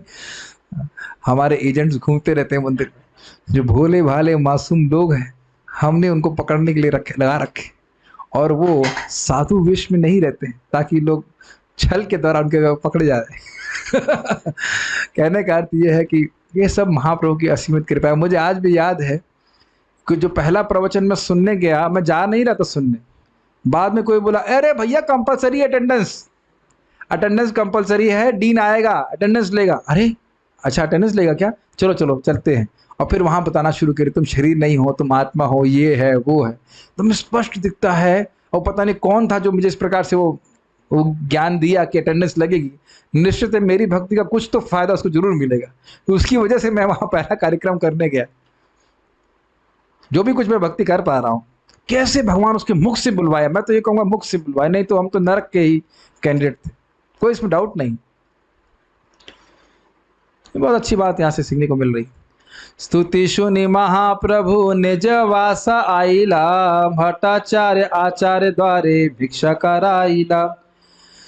स्तुति सुन करके महाप्रभु अपने घर पे आए, वासा आइला मतलब अपने निजवास पे आए, और भट्टाचार्य आचार्य यानी कि भट्टाचार्य सार्वभौम भट्टाचार्य जी ने गोपीनाथ आचार्य के द्वारा उनको भिक्षा प्रस्तुत कराई महाप्रभु को। और दिन प्रभु गेला जगन्नाथ दर्शने, दर्शन करीला जगन्नाथ शयोत्थान। और किसी दिन भगवान जगन्नाथ जी का दर्शन करने के लिए गए, और दर्शन करके जगन्नाथ जी का शयोत्थाने मतलब जो मंगल आरती के समय रहा होगा, सुबह का समय। पुजारी आनिया माला प्रसादन ढीला, प्रसादन माला पैया प्रभु हर्ष होइला। पुजारी ने आकर के उनको माला प्रसाद दिया, जो भगवान को अर्पित माला होती वो दिया, और उसको पाकर के भगवान महाप्रभु बड़े हर्षित हुए। और एक और, हाँ, प्रसाद अन्न, प्रसाद अन्न मतलब महाप्रसाद ला के दिए और माला ला के दिए, तो दोनों पाकर के महाप्रभु प्रसन्न हुए। सेई प्रसाद अन्न माला अंचले बांधिया, भट्टाचार्य घरे आइला त्वरा युक्त होया। उस प्रसाद अन्न और महाप्रसाद को और माला लेकर के अंचले बांधी, अंचले समझ रहे हैं, जो मेरे पास तो स्वादसी नहीं हूं, लेकिन एक प्रकार का दुपट्टा कह लीजिए, उतरी टाइप की रहती है, उसको ऐसे बांध, दुपट्टा नहीं कहना चाहिए, उतरी बहिर्वास, बहिर्वास नहीं होता, हाँ, ऊपर वाला कपड़ा कह लीजिए, होता है। जब मैं संन्यास ले लूंगा तो समझा पाऊंगा आप लोग आशीर्वाद रहेगा। तो एनीवेज, तो ये इस प्रकार से आगे कपड़ा रहता है, और उस कपड़े में लग करके अब आप एक चीज देख रहे हैं, तदाति प्रतिगृहणाति गुह्यम आख्याति पृच्छति भुंक्ते भोजयते चैव षड्विध प्रीति लक्षणम। देखिए, ये बहुत सुंदर बात है कि जब चैतन्य चरितामृत आप पढ़ेंगे तो ये 6 आदान प्रदान भक्तों के बीच में बहुत स्पष्ट रूप से होते हुए दिखेंगे। कभी कभी प्रवचनों को सुन करके, मेरे ही जो बातें सुन करके लोग सोचते हैं कि हम लोग निष्ठुर होने के लिए बोल रहे हैं। निष्ठुर होने के लिए नहीं बोल रहे हैं, अनासक्त होने के लिए बोल रहे हैं, भौतिक संग से। आसक्त होने के लिए बोल रहे हैं, भक्तों के संग से। कभी नहीं बोला हूं कि भक्त संग में आसक्त मत होइए, कोई बोला हूं ऐसा? हो सकता हो सुनने में आ रहा हो इस प्रकार से। ऐसा नहीं बोल रहे कि किसी से आसक्त नहीं होना है, ऐसा हो ही नहीं सकता है। और आप स्पष्ट रूप से देखेंगे, देखिए महाप्रभु सार्वभौम भट्टाचार्य जी के लिए अपने आंचल ही बोलेंगे, अंचले लिखा हुआ है, कपड़े में, अपने स्वयं के कपड़े में प्रसाद और माला लेकर के आ रहे हैं। प्रेम है तभी तो ऐसा कर रहे हैं कि नहीं। और क्या कह रहे हैं, भट्टाचार्य घरे आइला त्वरा युक्त होया। त्वरा मतलब होता है जल्दी, तो भट्टाचार्य जी के घर आए बहुत जल्दी जल्दी। अरुणोदय काले हैला प्रभु रागमाना, सेई काले भट्टाचार्य हैला जागरण। अरुणोदय, जब सूर्य उदित हो रहा था, उस समय भगवान चैतन्य महाप्रभु का आगमन हुआ, आगमन इनके घर पे। और उस समय भट्टाचार्य जी उठ रहे थे। अब आप कहेंगे, अरे भट्टाचार्य जी मंगल आरती के लिए क्यों नहीं गए? अब कौन जाने क्यों नहीं गए, मुझे नहीं पता, लेकिन कभी कभी सीनियर डिवोटीज भी मंगल आरती में लेट हो जाते हैं, क्या कह सकते हैं। एक बहुत सीनियर डिवोटी हैं, मुझे याद है, अभी कुछ समय पहले घटना है, शायद साल भर पहले क्यों होगी, वो आए और सारे हेड ऑफ डिपार्टमेंट्स को बुलाए, तुम लोग मंगल आरती कौन कौन नहीं आता है बताओ, सब लोग आओगे कल से मंगल आरती, आओगे तुम आओगे। और प्रभु जी का अलार्म ही नहीं बजा प्रभु जी खुद ही नहीं आ पाए। और अगले दिन भागवत क्लास में खुद ही बोल रहे, देखो कल मैं सबको डांट रहा था मंगल आरती के लिए, और आज मेरा ही अलार्म नहीं बजा, मैं खुद ही नहीं आ पाए। कभी कभी ऐसा हो जाता है, मैं दोष बुद्धि नहीं करनी चाहिए, कभी कभी हो जाता है। कृष्ण कृष्ण स्फुट कही भट्टाचार्य जागीला, कृष्ण नाम सुनी प्रभु आनंद बढ़ीला। ये बहुत सुंदर श्लोक लगा मुझे इसका। जैसे ही भट्टाचार्य जागे, क्या बोला, कृष्णा कृष्णा, और कृष्ण नाम को सुन करके महाप्रभु का आनंद बढ़ला। ये विश्वास रखिए आप, आपको कुछ भी कैसा भी लग रहा है, आप बोल रहे हो हरे कृष्णा कृष्णा कृष्णा हरे हरे, हरे राम राम राम हरे हरे, तो महाप्रभु तो हमारे हृदय में ही है कि नहीं? विश्वास है ना आपको इस बात का? भगवान कृष्ण महाप्रभु में कोई अंतर नहीं है, वो बड़े प्रसन्न होते हैं। हमारे कदम कानन महाराज जी बता रहे थे, कह रहे थे कि मैं कृपा ऑल्टर के सामने खड़ा रहता हूँ, मतलब गौर रिताई जी के सामने, मर्सी ऑल्टर। ये बात उनकी नम्रता का ही द्योतक है, समझ रहे हैं? तो ये समझना चाहिए, हमें कैसा भी लग रहा है, लेकिन महाप्रभु को बड़ा प्रसन्न हो रहे हैं, वो हम हरे कृष्ण मंत्र बोलते हैं। तो बाहिरे प्रभु, अगर भगवान आपसे प्रसन्न हो जाए तो उसके बाद कुछ बचता है, जरूर बताइए। इससे पहले कि मैं आगे जाऊं, एक बात बोल देना चाहता हूं। भक्त लोग कभी कोई परेशान होते हैं, अरे हम भक्ति कर रहे हैं तो जीवन में कुछ कष्ट आ रहा है, ज्यादा तो नहीं आ रहा, थोड़ा बहुत कष्ट आ रहा है, तो ऐसा क्यों हो रहा है? अरे भैया, वो कष्ट नहीं है, वो चेक है, चेक, CHEQUE। जब किसी को धन देना होता है तो चेक के माध्यम से दिया जाता है कि नहीं? तो भक्त के जीवन में अगर कुछ कष्ट आता है तो एक मिनट, कष्ट को छोड़िए भी आप, जब चेक आता है करोड़ों रुपए का तो आप थैंक यू बोलते हो कि नहीं? और कोई चाटा मार के चेक दे दे तो, 1 करोड़ का चेक अगर कोई चाटा मार के दे दे तो तब भी कहेंगे थैंक यू, अगली बार दूसरा वाला भी दीजिए। ठीक है। तो अब जब हमारे जीवन में कुछ कष्ट आता है और हम हाथ जोड़ करके स्वीकार कर लेते हैं कि भगवान मुझे तो बहुत भोगना था, आपकी कृपा से बहुत कम आया है, तो यही हमें भगवान के धाम जाने का योग्यता प्रदान कर रहा है। एक भक्त बड़े नए हैं तो बड़े दुखी हो गए, प्रभु जी सब मेरा मजाक बना रहे हैं, मैं हरे कृष्णा कर रहा हूँ और मेरे जीवन में दुख आ रहा है, देखो कह रहे हैं कि तुम हरे कृष्णा कर रहे हो, देखो तुम्हारे जीवन में क्या दुख आ रहा है। अरे वो दुख नहीं है, वो चेक दे रहे हैं भगवान, चेक समझ रहे हैं, भगवान के वापस जाने का। ये वास्तविक बात है, जितना दुख आना चाहिए उसके बहुत कम आता है। एक भक्त है, उनके पिताजी पे कोर्ट केस हो गया, जबरदस्त कोर्ट केस, झूठा केस, मर्डर का केस लगा दिए, कुछ नहीं किए थे वो। तो ज्योतिष उनको बताया कि अब कितना सत्य पता नहीं, ज्योतिष बोले कि तुम्हारा बेटा भक्ति कर रहा है इसलिए बहुत कम फंसे हो, तुम्हारा योग तो बहुत खतरनाक था। वो भक्ति नहीं कर रहे हैं, बेटा भक्ति कर रहा है तो वो बच रहे हैं। समझ रहे हैं आप लोग? हमारी बात पे विश्वास नहीं, वो खुद मुझे भक्त बोले कि हाँ प्रभु जी, ज्योतिष बोले कि मतलब वो भक्त भक्ति कर रहा है, लड़का भक्ति कर रहा है तो पिताजी बच गए, नहीं तो पिताजी का बैंड बच गया होता। ये समझ लेना चाहिए। तो भगवान बहुत कम देते हैं, ये शास्त्र की बात है और व्यक्ति को समझना चाहिए, तो उसको स्वीकार करे और भक्ति करे तो आगे बढ़ जाएगा। मैं खाली बोल रहा था, सब बातें क्यों बोलने लग गया कि भगवान कृष्ण प्रसन्न होते हैं, महाप्रभु प्रसन्न होते हैं, और अगर तथाकथित थोड़ा बहुत दुख हमारे जीवन में आता है वो भी उनकी व्यवस्था से ही आता है। ठीक है। हम पॉइंट ये बोलना चाह रहे थे, कृष्ण कृष्ण बोलने मात्र से भगवान प्रसन्न हो जाते हैं, बस इस बात को ध्यान रखना चाहिए। बाहिरे प्रभुरते हो पाइला दर्शन, आस्ते वास्ते कैसी कैला चरण वंदन। बाहर प्रभु उनका चरण, उनके दर्शन को प्राप्त किए और अस्त व्यस्त में मैंने महाप्रभु के चरण की वंदना करी। सोचिए आप कल सुबह मंगल आरती के लिए उठ रहे हैं, बाहर महाप्रभु हैं। आप देख सकते हैं ना कितने सुंदर लगते हैं जब हम लोग सुबह उठते हैं तो। तमोगुण से ऊपर उठते हैं और उस समय एकदम से दरवाजा खोलने के लिए कोई और नहीं, सीधे महाप्रभु हैं, तब हरि बोल रहे हैं, लेकिन अजीब हो जाएगा ना, अरे अभी क्या कर रहे हैं, इज इट नॉट गमछे में है, किसी में थोड़ा दिक्कत हो जाएगी। इसलिए कहने आस्ते वस्ते आसी कैला चरण वंदन। देखिए लीला को थोड़ा मनन करेंगे तो लीला बड़ी और अच्छी लगती। वसीते आसन दिया दुहते वसीला, प्रसादा न खुली प्रभु तार हाथे दिला।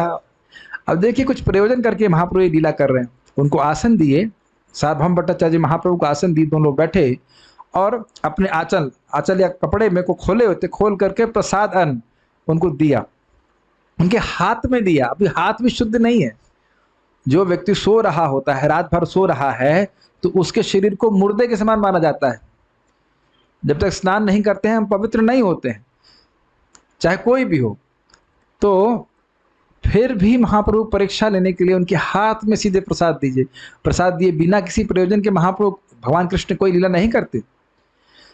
प्रसादन पाया भट्टाचार्य, प्रसादन पाया भट्टाचार्य आनंद हैला, स्नान संध्या दंत धावन यद्यपि ना कैला। प्रसाद अन्न पाकर के भट्टाचार्य को बहुत आनंद हुआ। आप समझ रहे हैं, भगवान का प्रसाद किसी को प्राप्त करा रहे हैं, कोई ये सामान्य बात नहीं है। स्नान संध्या मतलब जो गायत्री इत्यादि, दंत धावन मतलब ब्रश नहीं, ब्रश तो नहीं होता होगा, नीम दातून वगैरह यद्यपि नहीं किए थे, कोई शुद्धिकरण का कार्य नहीं किए, तो एक ब्राह्मण के लिए इस प्रकार के कार्य करना बहुत जरूरी, तभी वो प्रसाद ग्रहण कर सकता है। ये सब आप लोगों के लिए नहीं है। ये नहीं कि सुबह उठते ही मंगल आरती, प्रभु जी प्रसादन कैला, कहाँ प्रसादन कहाँ है, चलो अब क्या नाम से हमारे करना मित्रों की ड्यूटी 2 बजे से लगाओ, जैसे उठेंगे हमें बाल भोग मिलना चाहिए। नहीं, हमें तपस्या करनी, जब तक प्रसाद नहीं, सॉरी जब तक 16 माला नहीं होगी, उल्टा निकल गया, जब तक 16 माला नहीं होगी हमें प्रसाद नहीं ग्रहण करना। एक ही लीला नहीं है, दूसरी लीला भी है इसमें, जिसमें हरिदास ठाकुर जी के पास महाप्रभु इसी तरह से आते हैं, कहते हैं प्रसाद ग्रहण करो, कहते हैं अरे मेरा नाम जब पूरा नहीं हुआ। कितना नाम जब? 3 लाख, तो मैं प्रसाद कैसे ले सकता हूँ? तो इतना तो नहीं कहा जा रहा है, कम से कम 16 माला करके कर लेना चाहिए। बीमार है एक अलग बात है, लेकिन हर दिन बीमार नहीं होते। अगर यही नियम ले लेंगे कि मैं अन्न का ग्रहण करूंगा तभी जब मेरा 16 माला होगा, तो 16 माला बहुत आसानी से हो जाएगी। नाम से प्रेम हो या नहीं हो, लेकिन पेट से जरूर प्रेम है। चैतन्य प्रसादे मनेर सब जाड़िय गेला, एक श्लोक के पड़ी अन्न भक्षण करीला। चैतन्य, ये क्या है, इसका अर्थ क्या हुआ?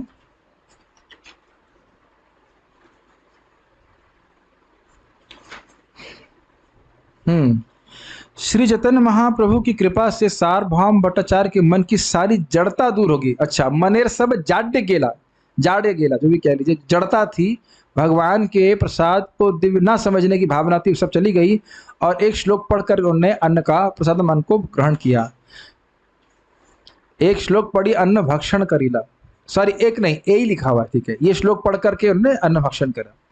शुष्कं पर्युषितं वापि नीतं वा दूरदेशतः, प्राप्ति मात्रेण भोक्तव्यम नात्र काल विचारण।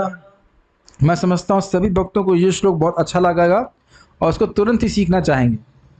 चाहे वो सूखा हो, चाहे परिचित हो, मतलब थोड़ा बासी हो या बासी हो, अथवा नीतम दूर देशतः, दूर से लाया गया हो, प्राप्ति मात्रेण भोक्तव्यम, जैसे ही प्राप्ति हो उसे तुरंत ग्रहण कर लेना चाहिए। है ना श्लोक अच्छा है ना?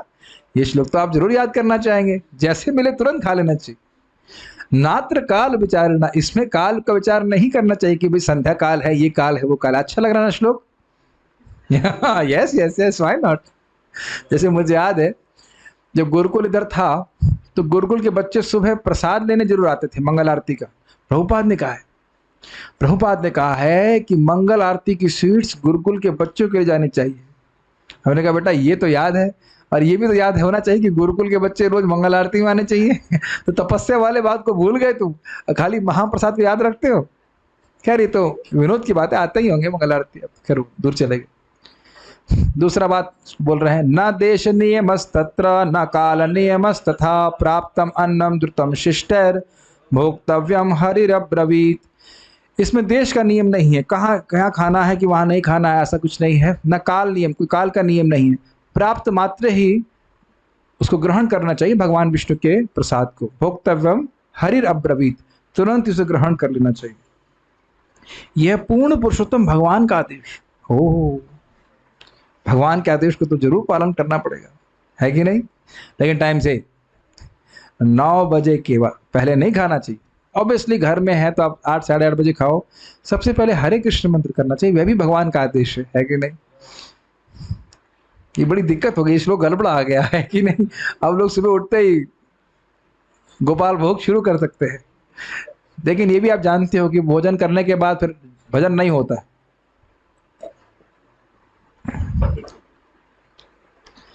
देखी आनंदित हैला महाप्रभुर माना, प्रेमाविष्ट हैया प्रभु कैला आलिंगन। ये देख करके कि सार्वभौम भट्टाचार्य जी के मन में महाप्रसाद के प्रति श्रद्धा हो गई है, महाप्रभु को बहुत आनंद हुआ और प्रेमाविष्ट होकर के उनका आलिंगन कर लिया, जबकि सार्वभौम भट्टाचार्य जी भी स्नान भी नहीं किए। तो महाप्रभु मंगल आरती से लौटे। दुई जन धरे दुही करे नानर्तना, प्रभु भृत्य दुहा स्पर्श दोहार फुले मन। दुई जन धरी, क्या इसका अर्थ है?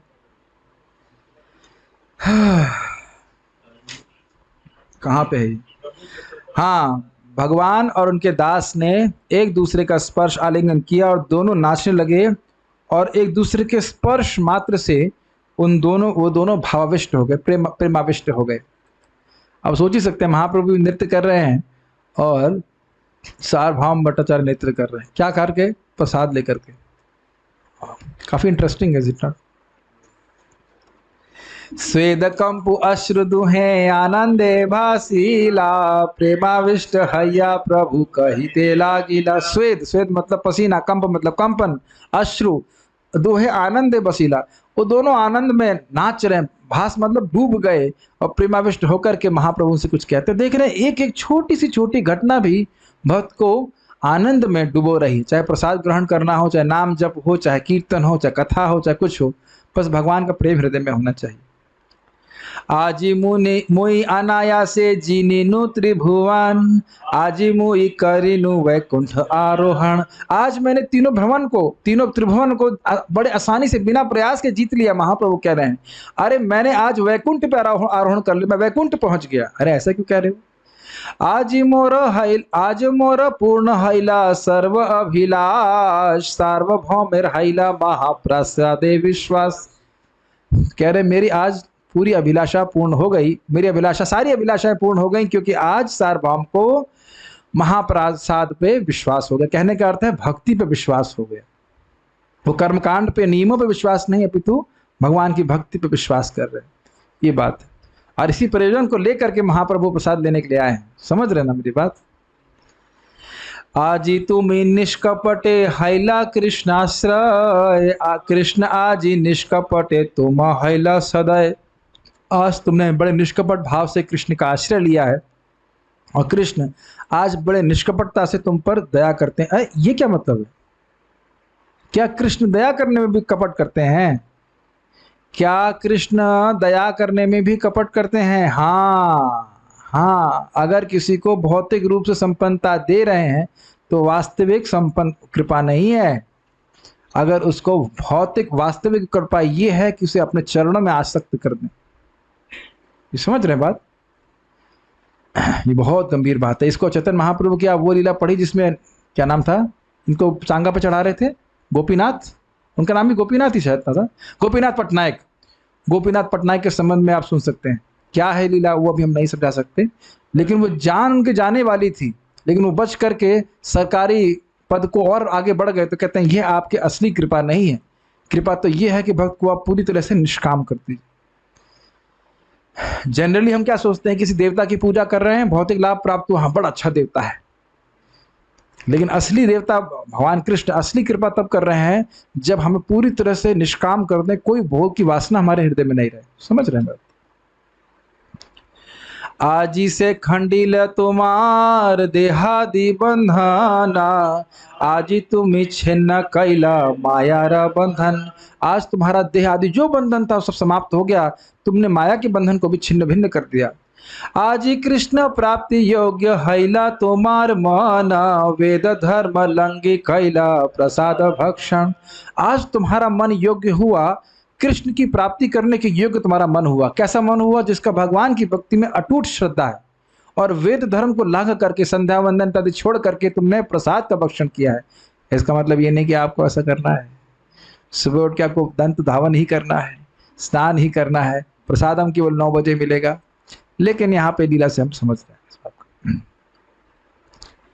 ये शाम स एष भगवान दययेदनन्तः, सर्वात्मनाश्रित पदो यद निर्व्यलीकम, ते दुस्तरामति तरन्ति च देव मायां, नैषां ममाहमिति धी ससृगाल भक्षये।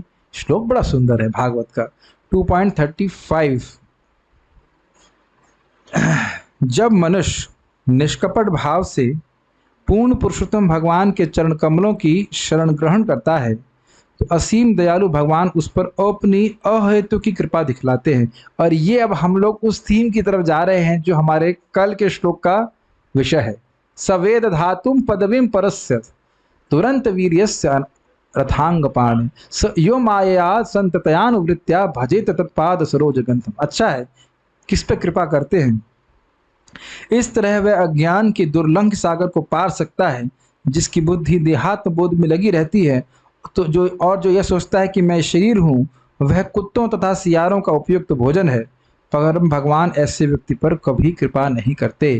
कहने का मतलब है कि जिसकी बुद्धि इस भावना से हट गई है कि मैं शरीर हूँ, शरीर संबंधित वस्तुएं मेरी हैं, इस जगत को उपास्य से कोई और है, भगवान की भजन नहीं करता है, ऐसे व्यक्ति पे भगवान की कृपा नहीं होती। तो यहाँ पे कृपा हो रही है, इसीलिए भगवान की प्रसाद की महिमा, नाम की महिमा सब कुछ समझ पा रहे हैं। ठीक है। एतक ही महाप्रभु आइला निज स्थाने, से है ते भट्टाचार्य खंडिल अभिमाने। ऐसा कह के महाप्रभु अपने स्थान पे आए और इस प्रकार भट्टाचार्य का अभिमान का खंडन हो गया। चैतन्य चरण बिना नाही जाने आन, भक्त बिनु शास्त्रे और न करे व्याख्यान। अब चैतन्य महाप्रभु के चरण के अलावा और कुछ नहीं जानते, अब वह भक्ति के बिना किसी शास्त्र का और कोई व्याख्यान ही नहीं करते। अब समझ में आया कि शास्त्र, सारे शास्त्रों का मर्म क्या है, भगवान कृष्ण की भक्ति। गोपीनाथ आचार्य तार वैष्णवता देखिया, हरि हरि बलि नाचे हाथे ताली दिया। तो गोपीनाथ आचार्य ने उनकी वैष्णवता देखी और क्या बोला, हरि हरि बोल, हरि हरि हरि, इस प्रकार, वाह वाह, वेरी नाइस, ये ऐसे करके ताली दिया। और दिन भट्टाचार्य आइला दर्शने, जगन्नाथ न देखी आइला प्रभु स्थाने। तो कह रहे हैं एक दिन भट्टाचार्य दर्शन के लिए आए, लेकिन जगन्नाथ को ना देख करके महाप्रभु के पास चले गए। महाप्रभु का स्थान जगन्नाथ जी के मंदिर से बहुत दूर नहीं है, गंभीरा से कहते, वहां चले गए। दंडवत करी कैला बहुविध स्तुति, दैन्य करी कहे निज पूर्व दुर्मति। दंडवत किया और उन्होंने बहुत प्रकार की स्तुति करी और बड़े दैन्यता से अपने पूर्व दुर्मति कैसे वो थे उसका वर्णन करने लगे। भक्ति साधन श्रेष्ठ सुनीत हैला मन, प्रभु उपदेश कैले नाम संकीर्तन। भक्ति का सर्वश्रेष्ठ साधन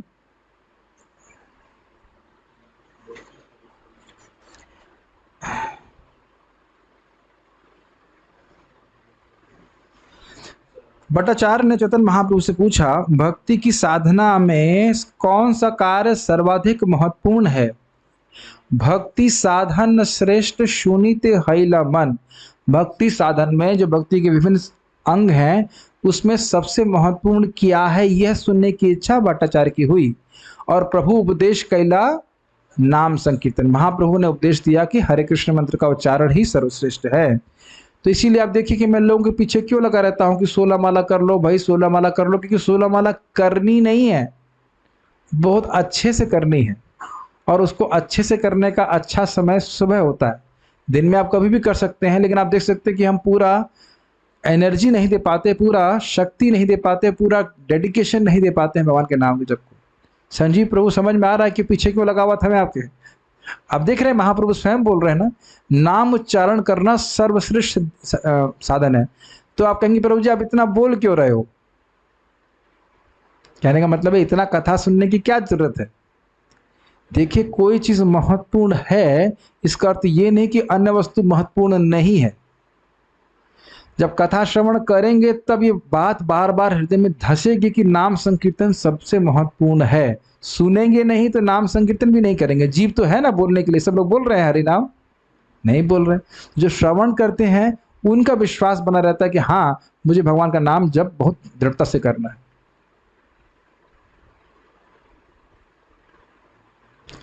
यद्यपि किसी कार्य को सभी लोग कर रहे हैं इसका अर्थ ये नहीं है कि वो सही कार्य है,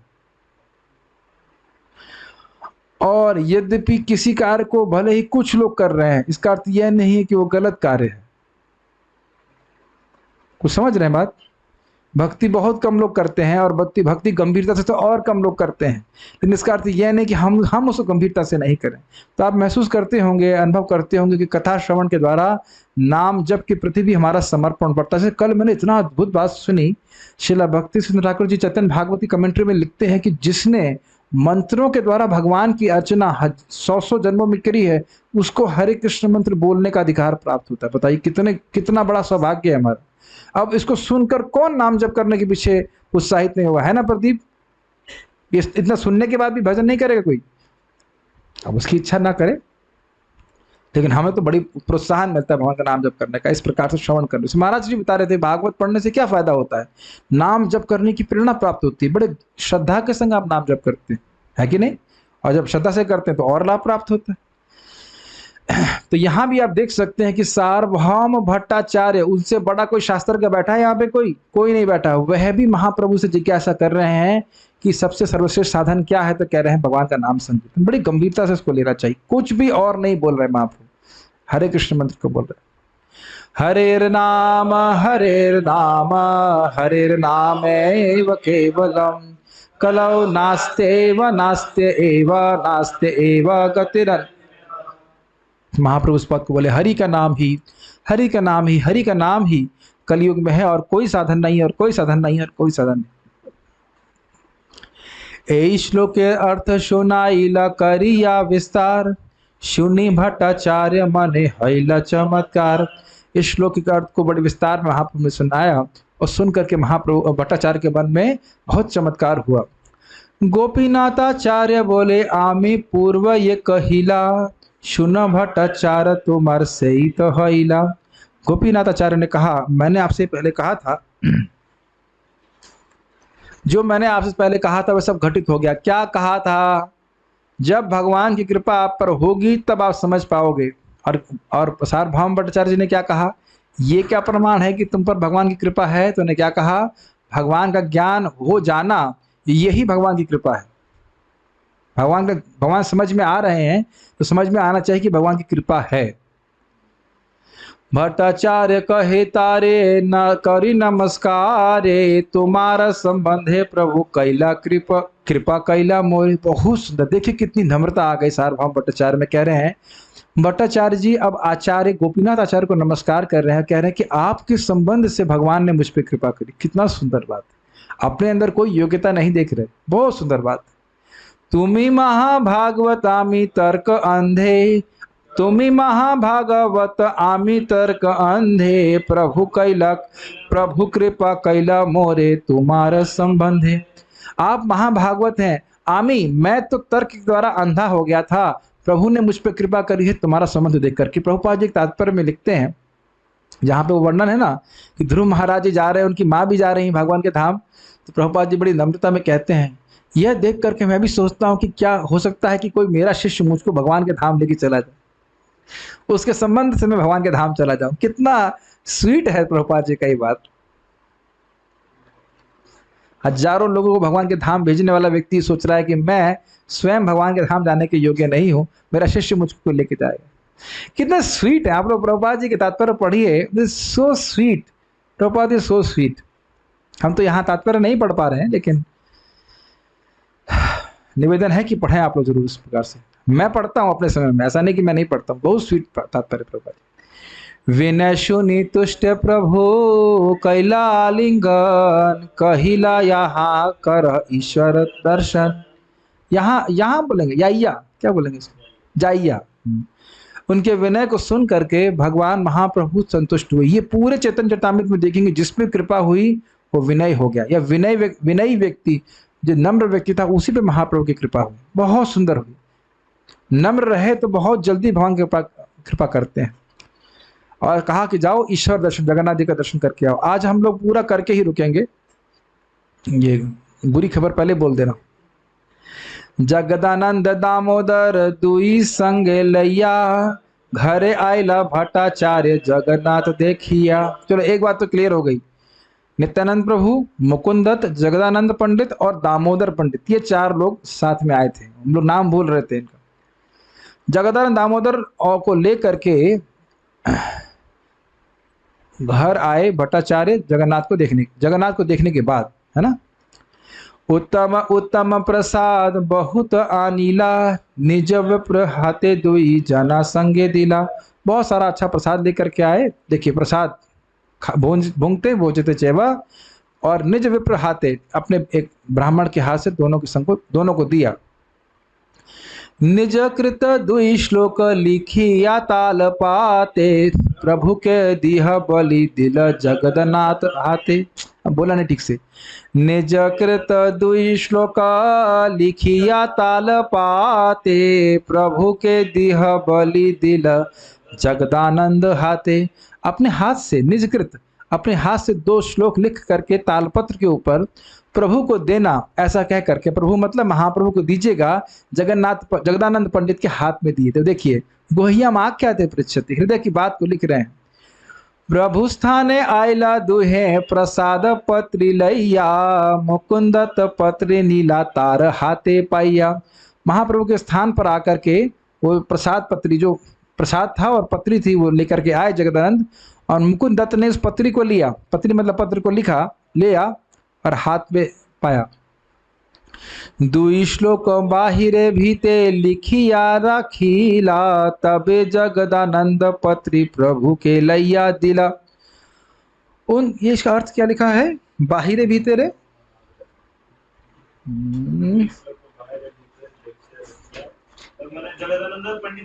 हाँ, यस यस, कह रहे हैं मुकुंद दत्त ने इससे पहले कि उस तालपत्र को महाप्रभु को दिया था, आपने उन्हें ले लिया और उसको ले करके कमरे की बाहरी दीवार पर, बाहिरे भीते, बाहरे भीतरे नहीं, बाहरे भीते, बाहर की दीवार पर दोनों श्लोकों को लिख दिया, एनग्रेव कर दिया, भीते मतलब दीवार, हाँ, उसको लिख दिए। उसके बाद जगदानंद ने पत्री, पत्री मतलब तालपत्र को मुकुंद से लेकर के महाप्रभु को दिया। देखिए, प्रभु श्लोक पढ़ी पत्र छिंडिया फेलीला, भृत्य देखी भक्त तब श्लोक कंठ कैला। बहुत सुंदर है। महाप्रभु ने उस ताल पत्र को लिया और से मतलब छिंदी छिंदी काट काट करके फेंक दिया, और भित्य, भित्य मतलब दीवार को देख करके उस श्लोक को, उन 2 श्लोकों को सारे भक्तों ने कंठस्थ कर लिया। जहां पे भी बोलते कि भगवान हैं चैतन्य महाप्रभु, बाह्य रूप से महाप्रभु क्रोध प्रकट करते हैं, अंदर से तो प्रसन्न हो जाते हैं, देखिए कैसे कर रहे हैं, उसको फाड़ दिए। लेकिन भक्त लोग भी बड़े उत्साहित हैं, वो हमेशा चाहते हैं कि जगत में प्रकाशित हो कि चैतन्य महाप्रभु भगवान है, तो सारे लोग श्लोक कंठस्थ कर लिए। मेरे पीछे गाइए, मेरे साथ में गाइए। वैराग्य विद्या निज भक्ति योगा, शिक्षार्थमेकः पुरुषः पुराणः, श्री कृष्ण चैतन्य शरीरधारी, कृपाम्बुधिर् यस्तमहं प्रपद्ये। एक और कोई तरह से गा सकते हैं इसको, एक और तरह से गा सकते हैं। वैराग्य विद्या निज भक्ति योगा, शिक्षार्थमेकः पुरुषः पुराणः, श्री कृष्ण चैतन्य शरीरधारी, कृपाम्बुधिर्यस्तमहं प्रपद्ये। और तरह से गा सकते हैं क्या?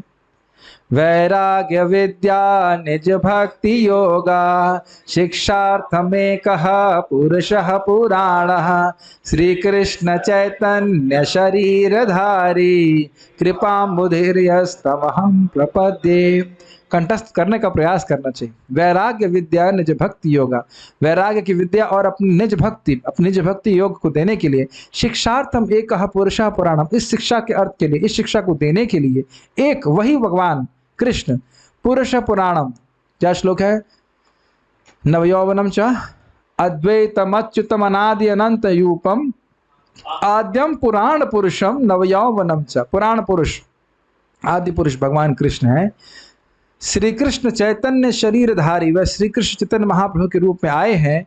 कृपाम्बुधिर, वह कृपा के सागर हैं। यस्तमहं प्रपद्ये, मैं उनकी शरण ले रहा हूं। तो यहाँ पे महाप्रभु ने छिंदी छिंदी क्यों कर दिया? क्योंकि यहाँ वर्णन हो रहा है कि पुराण पुरुष कौन है? महाप्रभु, जो साक्षात भगवान कृष्ण है। तो यह प्रकाशित नहीं करना चाह रहे थे महाप्रभु, इसलिए छिंदी बिंदी कर दिया, लेकिन प्रसन्न हुए। कालान्नष्टं भक्ति योगम निजम यह, प्रादुष्कर्तुम कृष्ण चैतन्य नामा, आविर्भूतस्तस्य पादारविंदे, गाढ़ं गाढ़ं लीयतां चित्तभृंगः। कालान्नष्टम भक्ति योगम निजम यह, जिनकी जो स्वयं की भक्ति को काल के द्वारा व्यक्ति लोग भूल गए थे, भगवान की भक्ति कैसे करना चाहिए, प्रादुष्कर्तुम, उसको फिर से प्रकट करने के लिए कृष्ण चैतन्य नाम, कृष्ण चैतन्य के नाम ग्रहण करके, आविर्भूत, जो आविर्भूत हुए, प्रकट हुए, तस्य पादार विंदे, जिनके चरणों में, गाढ़म गाढ़म लीयताम चित्त भृंगा, जिनके भक्त जो है भौरे की तरह उनके चरण कमलों के रस का आस्वादन करने के लिए आस्वादन करते रहते हैं। इस प्रकार से ये 2 श्लोक लिखे थे, उसको याद किया।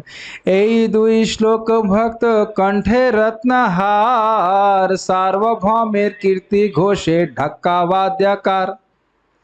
ये दोनों श्लोक भक्तों के कंठ के हार, रत्नहार हो गए। रत्न के हार को पहने रहता है, कभी त्यागता नहीं, इस प्रकार से गाते रहते होंगे। अब सोचिए महाप्रभु क्या सोच रहे होंगे, अरे सभी लोग गा रहे हैं है कि नहीं। यहाँ वो बचाने का प्रयास कर रहे हैं अपने आप को कि उनको कोई भगवान ना कहे, और भक्त लोग गा गा कर गा ही जा रहे हैं। सार्वभौमेर कीर्ति घोषे ढक्का वादक, यार ढक्का वादक का अर्थ नहीं सुन सार्वभौम भट्टाचार्य द्वारा रचित ये दोनों श्लोक उनके नाम तथा यश की घोषणा ढोल की छाप के समान उच्च स्वर से सदैव करते रहेंगे, क्योंकि ये श्लोक सारे भक्तों के कंठ का रत्नहार बन चुके। समझे? या कभी देखे डिग डिग डिग डिग डिग डिग डिग डिग डिग डिग डिग डिग डिग डिग डिग डिग सुना है? सुनो सुनो सुनो, हाँ, समझ रहे? हाँ, ढिंडोरा पीट करना। तो इस प्रकार से ढिंडोरा पीट रहे। कभी कोई मान लीजिए हम गलती कर दे और कोई व्यक्ति दुनिया में गाए, 5-6 लोग, तो क्या बोलते हैं? अरे भाई तुम तो ढिंडोरा पीट रहे हो। है कि नहीं? तो भगवान की महिमा है, भगवान छुपाना चाहते हैं, लेकिन भक्त लोग गा गा करके प्रचार कर रहे हैं कि चैतन्य महाप्रभु भगवान साक्षात कृष्ण है। सार्वभौम हैला प्रभुर भक्त एकतान, महाप्रभुर सेवा बिना नाही जाने आन। हाँ, एक तान मतलब सार्वभौम भट्टाचार्य भगवान चैतन्य महाप्रभु के एकांतिक भक्त बन गए और महाप्रभु की सेवा के बिना वो कुछ और नहीं जानते थे। 30 श्लोक और है, धैर्य रखिए। श्री कृष्ण चैतन्य शशि सुत गुण धाम, ए ध्यान ए जप लय ए नाम। क्या कहते थे? भट्टाचार्य सदैव माता शची के पुत्र एवं समस्त सद्गुणों के आकार श्री कृष्ण चैतन्य के नामों का संकीर्तन करते। निसंदेह नाम कीर्तन ही उनका ध्यान बन गया। यही ध्यान कि श्री चैतन्य महाप्रभु जो सच्ची माता के बेटे हैं, उन्हीं का नाम, उन्हीं का जप, उन्हीं का ध्यान वही करते और कुछ नहीं करते। एक दिन सार्वभौम प्रभु आगे आइला, नमस्कार करी श्लोक पढ़िते लागिला। एक दिन सार्वभौम प्रभु, सार्वभौम भट्टाचार्य महाप्रभु के सामने आए, उनको नमस्कार किया और एक श्लोक पढ़ा। अब देखिएगा कितना विशिष्ट परिवर्तन सार्वभौम भट्टाचार्य जी के अंदर आ गया। भागवतेर ब्रह्मस्तवेर श्लोक पढ़िला, श्लोक शेष दुई अक्षर पाठ फिराइला। श्रीमद् भागवतम में 10वें स्कंद में 14वें अध्याय में ब्रह्मा जी की प्रार्थना है। तो उसमें ब्रह्मा जी की स्तुति है भगवान कृष्ण में के प्रति। तो उसमें एक श्लोक है, उसके आखिरी भाग में एक शब्द है, उसको चेंज कर दिए। तो 2 अक्षर है, मुक्ति, मुक्ति को कर दिए भक्ति। मुक्ति पदे सदाय भाग की जगह कर दिए भक्ति पदे सदाय भाग। अभी देखिएगा आएगा। ये बहुत प्रसिद्ध श्लोक है। ततेनुकंपाम सुसमीक्षमाणो, भुंजान एवात्म कृतम विपाकम, हृदवाग्वपुर्भिर्विधदन् नमस्ते, जीवेत यो भक्ति पदे सदाय भाग। भागवत के श्लोक में क्या ये शब्द है? यहाँ पे जीवेत यो भक्ति की जगह लिखा है जीवेत यो मुक्ति पदे सदाय भाग। उन्होंने क्या कर दिया? भक्ति पदे। तो कह रहे हैं तत्तेनु कमसाम सुसमीक्षमाण, जो व्यक्ति इसके जीवन में जो कुछ भी कठिनाई आ रही है उसको भगवान की कृपा ही मानता है। भुंजान एवात्म कृतम विपाकम, और यही मानता है, इसको भोग लेता है, स्वीकार कर लेता है, ये समझते हुए कि ये सब तो मेरा ही किया हुआ कर्म है। और हृदवाग वपुर्भिर, हृदय से, वाणी से और शरीर से भगवान को नमस्कार करता ही रहता है। कभी कंप्लेन नहीं करता कि देखा, देख रहे हो मैंने कितना भजन किया, मर गया भजन करते करते और आप इतना दुख दे रहे हो, ऐसा कभी कंप्लेन नहीं करता। अभी तो भगवान से ही मानता है कि बोलता है भगवान आपने बहुत कम दुख दिया, मैं तो बहुत भोगने के लिए योग्य था। तो जीवित इस प्रकार से यदि वो जीता है तो भागवत का श्लोक क्या कहता है? मुक्ति पदे सदाय भाग, वह व्यक्ति मुक्त होने का अधिकारी बन जाता है। लेकिन मुक्ति शब्द से ही सार्वभौम भट्टाचार्य जी को घृणा हो गई, तो इसलिए वो कह रहे हैं भक्ति पदे सदाय भाग। कुछ समझ में आ रहा है? प्रभु कहे मुक्ति पदे यहाँ पाठ है, भक्ति पद के ना पढ़ की तुम्हारा शय। मुझे ये बंगला बहुत सुंदर लगती है। कह रहे हैं प्रभु, कह रहे हैं भाई भागवत का श्लोक तो कह रहा है कि मुक्ति पदे, तो आप भक्ति पदे पढ़ रहे हो, इसमें क्या आपका आशय है, क्या कहना चाहते हो? हर जगह वहां प्रभु ऐसा प्रश्न कर रहे से कुछ पता नहीं है, लेकिन ये उन्हीं की वजह से हो रहा है कि मुक्ति से घृणा हो रही उस व्यक्ति को जो मुक्ति के पीछे ही पड़ा रहता था।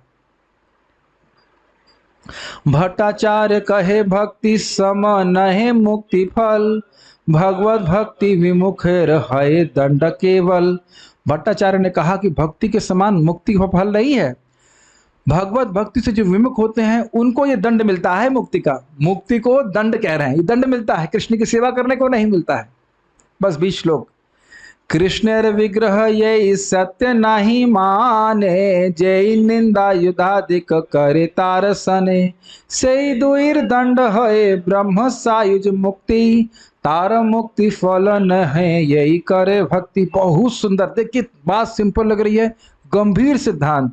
जो कृष्ण के विग्रह को सत्य नहीं मानते हैं या जो उनकी निंदा करते हैं और युद्ध आदि करते हैं कृष्ण से, उनको से ही दुईर दंड होए, उन दोनों को दंड प्राप्त होता है ब्रह्म सायुज मुक्ति प्राप्त होकर के। जहां वो जीव ब्रह्म में मिल जाता है, मतलब आप अज्यूम कर सकते हो कि मिल जाता है, मिलता तो नहीं है, और उसे कृष्ण की सेवा का सुख अनंत बहुत समय तक नहीं प्राप्त होता, अनंत तो नहीं कह सकता, बहुत समय तक प्राप्त नहीं होता। तार मुक्ति फल नहीं यही करे भक्ति, जो भक्ति कर रहा है उसको ये फल नहीं मिलेगा। आप सब समझ रहे हैं मेरी बात? खुश हो रहे हो कि नहीं? कुछ खुशी लग रही है? भक्ति कर रहे हो तो ब्रह्म साहिब जो नहीं मिलेगा, कुछ स्पेशल मिलेगा, ठाकुर जी का धाम। यद्यपि से मुक्ति होए पंच प्रकार, सालोक सामीप्य सारूप्य सारष्टि सायुज्य आप। तो कोई कहे नहीं भाई मुक्ति तो और भी होती है ना, वैष्णव मुक्ति भी होती है।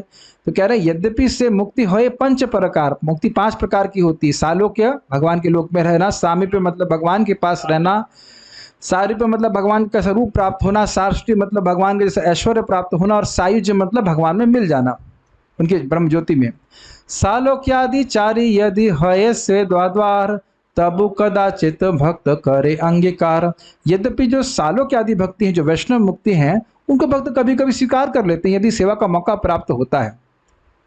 सायुज शूनिते भक्तेर हये घृणा भय, नरके वांछाय तबु सायुज न लय। कितना सुंदर बात है।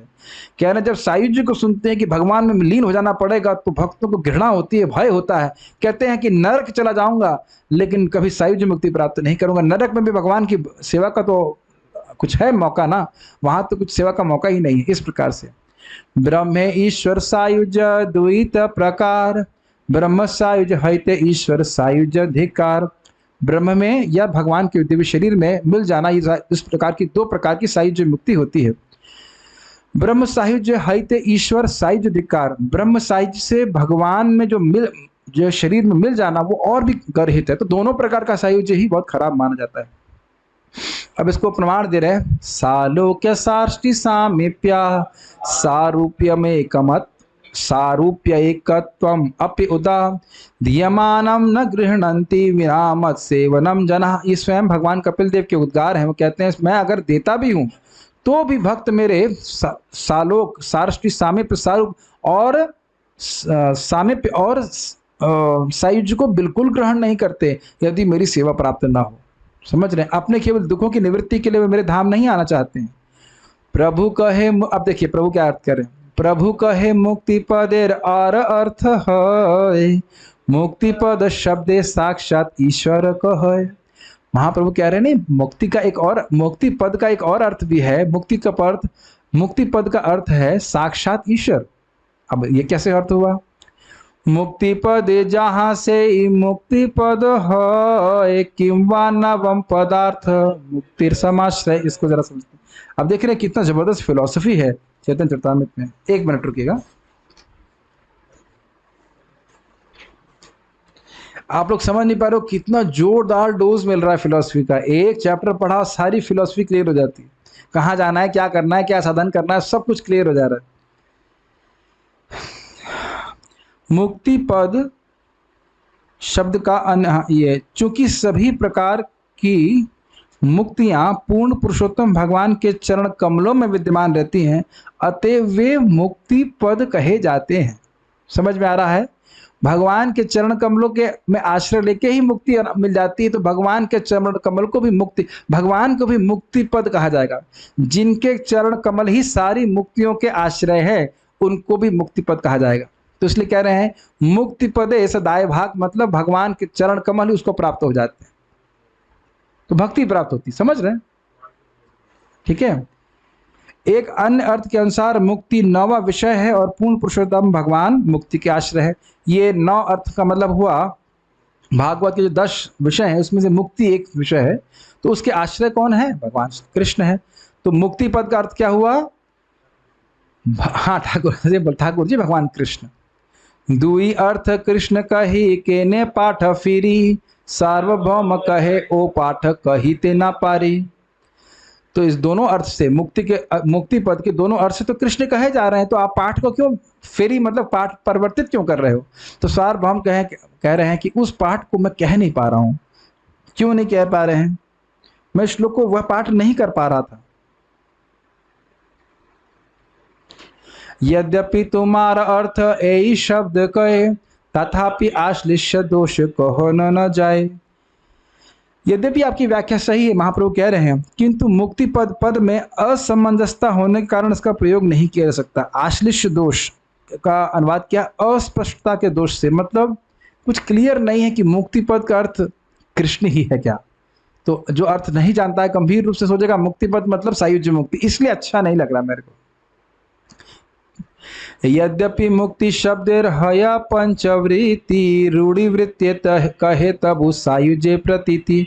अब वो कह रहे हैं कि यद्यपि जो मुक्ति शब्द है वो 5 प्रकार की मुक्तियों को द्योतित करता है, जो 4 प्रकार की वैष्णव मुक्ति और 1 प्रकार की सायुज्य मुक्ति, लेकिन रूढ़ी वृत्ति प्राय लोग यही मानते हैं कि सायुज्य है इसका अर्थ। मेरी बात समझ में आ रही कुछ? जैसे ही बोलेंगे मुक्ति तो बोलेगा बस बस भगवान में लीन हो जाना है, तो क्योंकि ये अर्थ प्राय लोग ग्रहण करेंगे इसलिए अच्छा नहीं लग रहा है। केवल मात्र 10 श्लोक बाकी।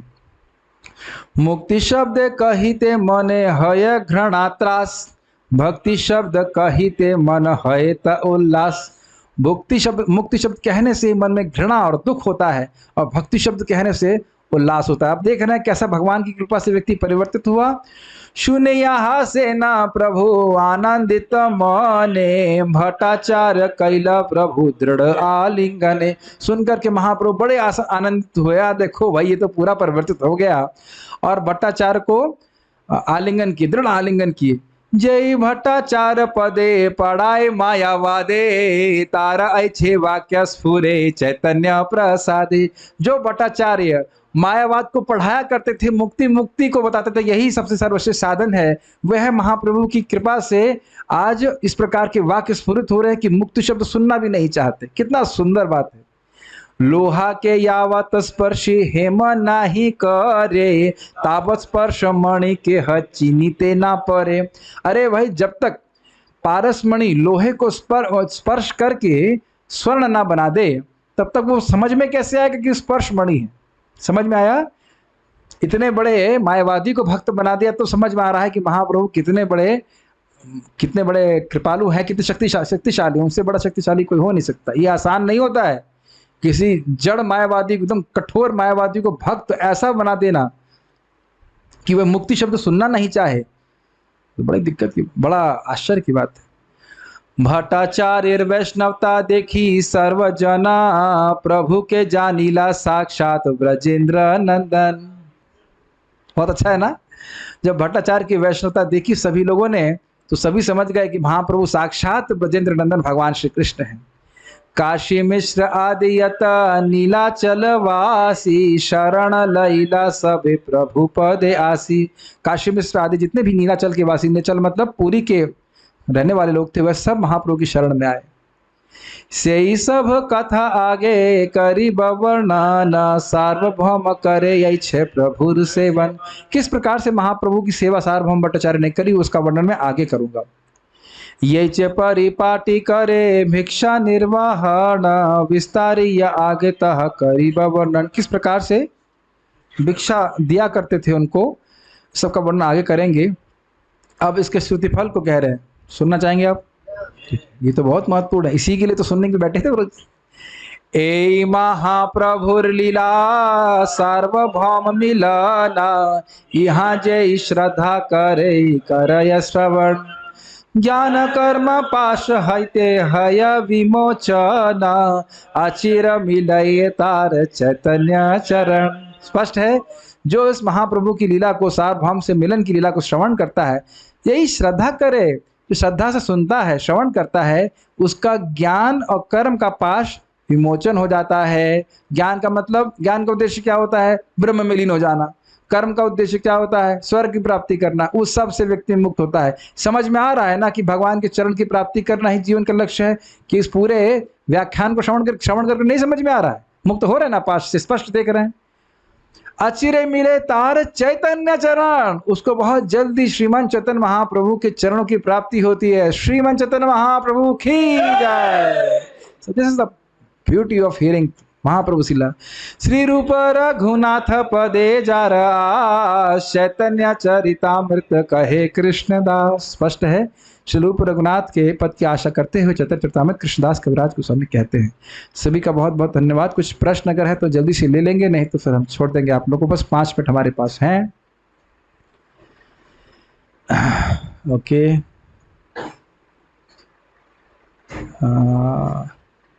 वाटिका, ठीक है।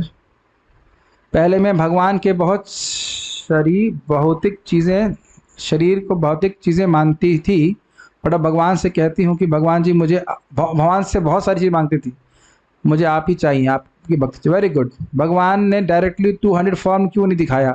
अगली बार मैं बोल दूंगा महाप्रभु की प्रभु जी बोल रहे थे कि आप 2 हाथ क्यों नहीं दिखाए डायरेक्ट, तो आप वो चेंज कर देंगे मिलावट। भगवान से, भगवान पूछ करके दिखाएंगे आपको। ठीक है। Chaitanya Mahaprabhu is giving darshan to such a big Mayavadi, whereas so many big exalted devotees are all worshiping Krishna. What was देखिए, इनका प्रश्न है कि महाप्रभु ने मायावादी व्यक्ति सार्वभौम भट्टाचार्य को दर्शन कराया, तो बहुत सारे भक्त हैं जो लालायित हैं, उनको दर्शन क्यों नहीं करा रहे? उनको भी कराते हैं। और आपको ध्यान देना होगा कि सार्वभौम भट्टाचार्य जी भक्त हो गए थे। आपने सुना नहीं बहुत ध्यान से कि उनके हृदय परिवर्तन देख करके महाप्रभु को बहुत आनंद हुआ, प्रसन्न हुए तो दर्शन कराया। ये तो स्पष्ट समझ में आ रहा है, आपने ध्यान नहीं दिया इस बात पे। जड़ देखे तारे कहे, जारे देखे तारे कहे, ठीक है।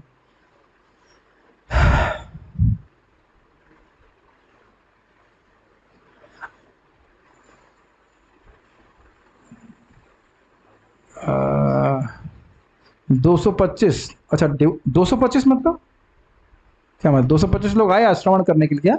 126 होगा। जब कोई महाप्रभु को एकादशी का प्रसाद लाता था, बिकॉज पूरी में एकादशी नहीं करते लोग, तो महाप्रभु उसको प्रणाम करते और प्रसाद की महिमा कहने लगते। इस तरह से सेवा भी हो जाती प्रसाद की और श्लोक भी फॉलो हो जाता कि प्रसाद को देखते ही सेवन करना चाहिए। और श्रीपाद हरिदास ठाकुर भी बिना जब के प्रसाद हम नहीं लेते थे। पता नहीं, बहुत लंबा है, थे प्रसाद नहीं लेते थे, पर जब तबीयत नहीं ठीक थी तो उन्होंने दाना भर प्रसाद लिया और सेवन किया और बाकी नहीं लिया, और इससे कोई अपराध नहीं बनता। क्या कहना? शीला प्रभुपाद जी, ठीक। ओ, सार्वभौम भट्टाचार्य जी भगवान जगन्नाथ जी का प्रसाद हम लिया करते थे, तो उनकी चेतना पहले क्यों नहीं परिवर्तित हुई? महाप्रभु से पूछ लीजिएगा। इस भागवत प्रेम वन साइडेड एंड क्या मतलब? भागवत प्रेम वन साइडेड, पता नहीं, कुछ अजीब से प्रश्न कर रहे। साइज मतलब क्या? ब्रह्मज्योति में लीन होना। 2 प्रकार के अर्थ हैं, एक ब्रह्मज्योति में लीन होना और एक भगवान के दिव्य शरीर में लीन होना। तो दिव्य शरीर में लीन होना और खराब माना गया है। स्वयं भट्टाचार्य जी was a Sarvabhaum Bhattacharya ji was a Mayavadi before coming into bhakti, but still being a Mayavadi after listening all the words of Chaitanya Mahaprabhu, cutting the philosophy of Mayavad, he instantly came into bhakti and became so humble. But some devotees who are doing bhakti for long are struggling for being humble and end up doing offenses. What is the reason behind this, and how we can we attain mercy of Chaitanya Mahaprabhu of being humble like Sarvabhaum Bhattacharya ji? देखिए, basically क्या कहना चाहते हैं? ये कहना चाहते हैं कि भट्टाचार्य जी को कृपा तुरंत मिल गई, हमें मेहनत क्यों करनी पड़ रही है? यही तो कहना चाहते हैं। ये तो 7 दिन लगा। साउथ इंडिया में तो अब करना में तो लोग कंप्लेन कर सकते हैं, भाई साउथ इंडिया में तो महाप्रभु ने फ्री बांटा, मेरे को कितनी मेहनत क्यों करवा रहे हैं?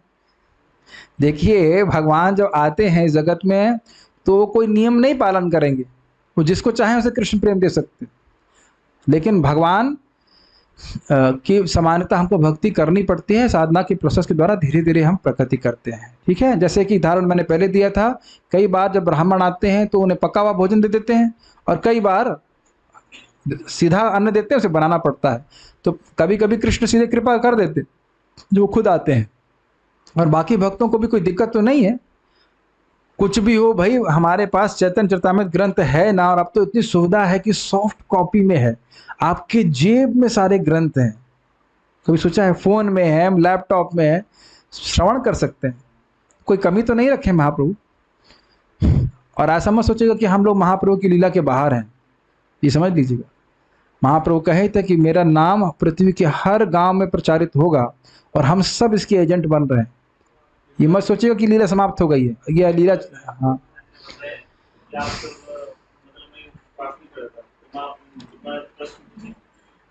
अभी महाप्रभु का लीला चल रहा है, कौन देख रहा है?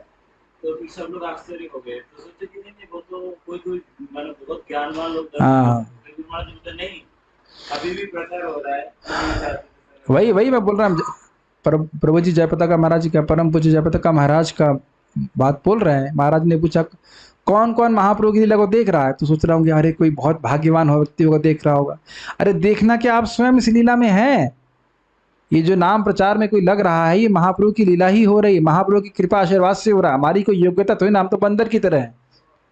बंदर की तरह नहीं, बंदर इवा नहीं, बंदर एवा, बंदर ही है, इसमें कोई डाउट नहीं है। कुछ पता ही नहीं क्या बोल रहे हैं, लेकिन किसी न किसी तरह से महाप्रभु का प्रचार हो रहा है।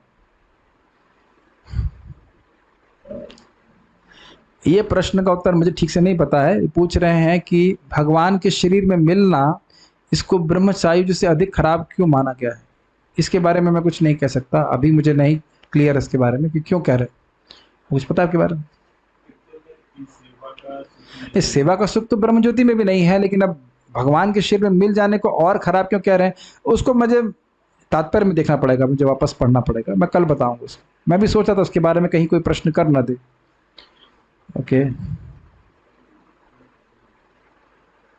जब करते समय मन ना चाहते हुए भौतिक जगत में भागे तो क्या यह अपराध या पाप होगा? नहीं, तो स्वाभाविक सी बात है कि मन भोगों में जाएगा, उसको वापस भगवान के नाम में लेके आना चाहिए। कोई अपराध इतना बड़ा नहीं है। ओके, तो यहाँ रुकते हैं हम लोग। बहुत बहुत धन्यवाद, सभी लोग आए। कल से हम लोग फिर से श्रीमद् भागवतम को श्रवण करेंगे, और यह भी उसी प्रसंग में था कि जो कोई व्यक्ति भगवान की भक्ति नहीं करता है, कुमनीष होता है, भगवान उसके सामने लीला प्रकट करें तो भी समझ नहीं पाता। इसलिए सारा हमने ये प्रकरण श्रवण किया। कल हम सुनेंगे कौन व्यक्ति भगवान को जान पाएगा।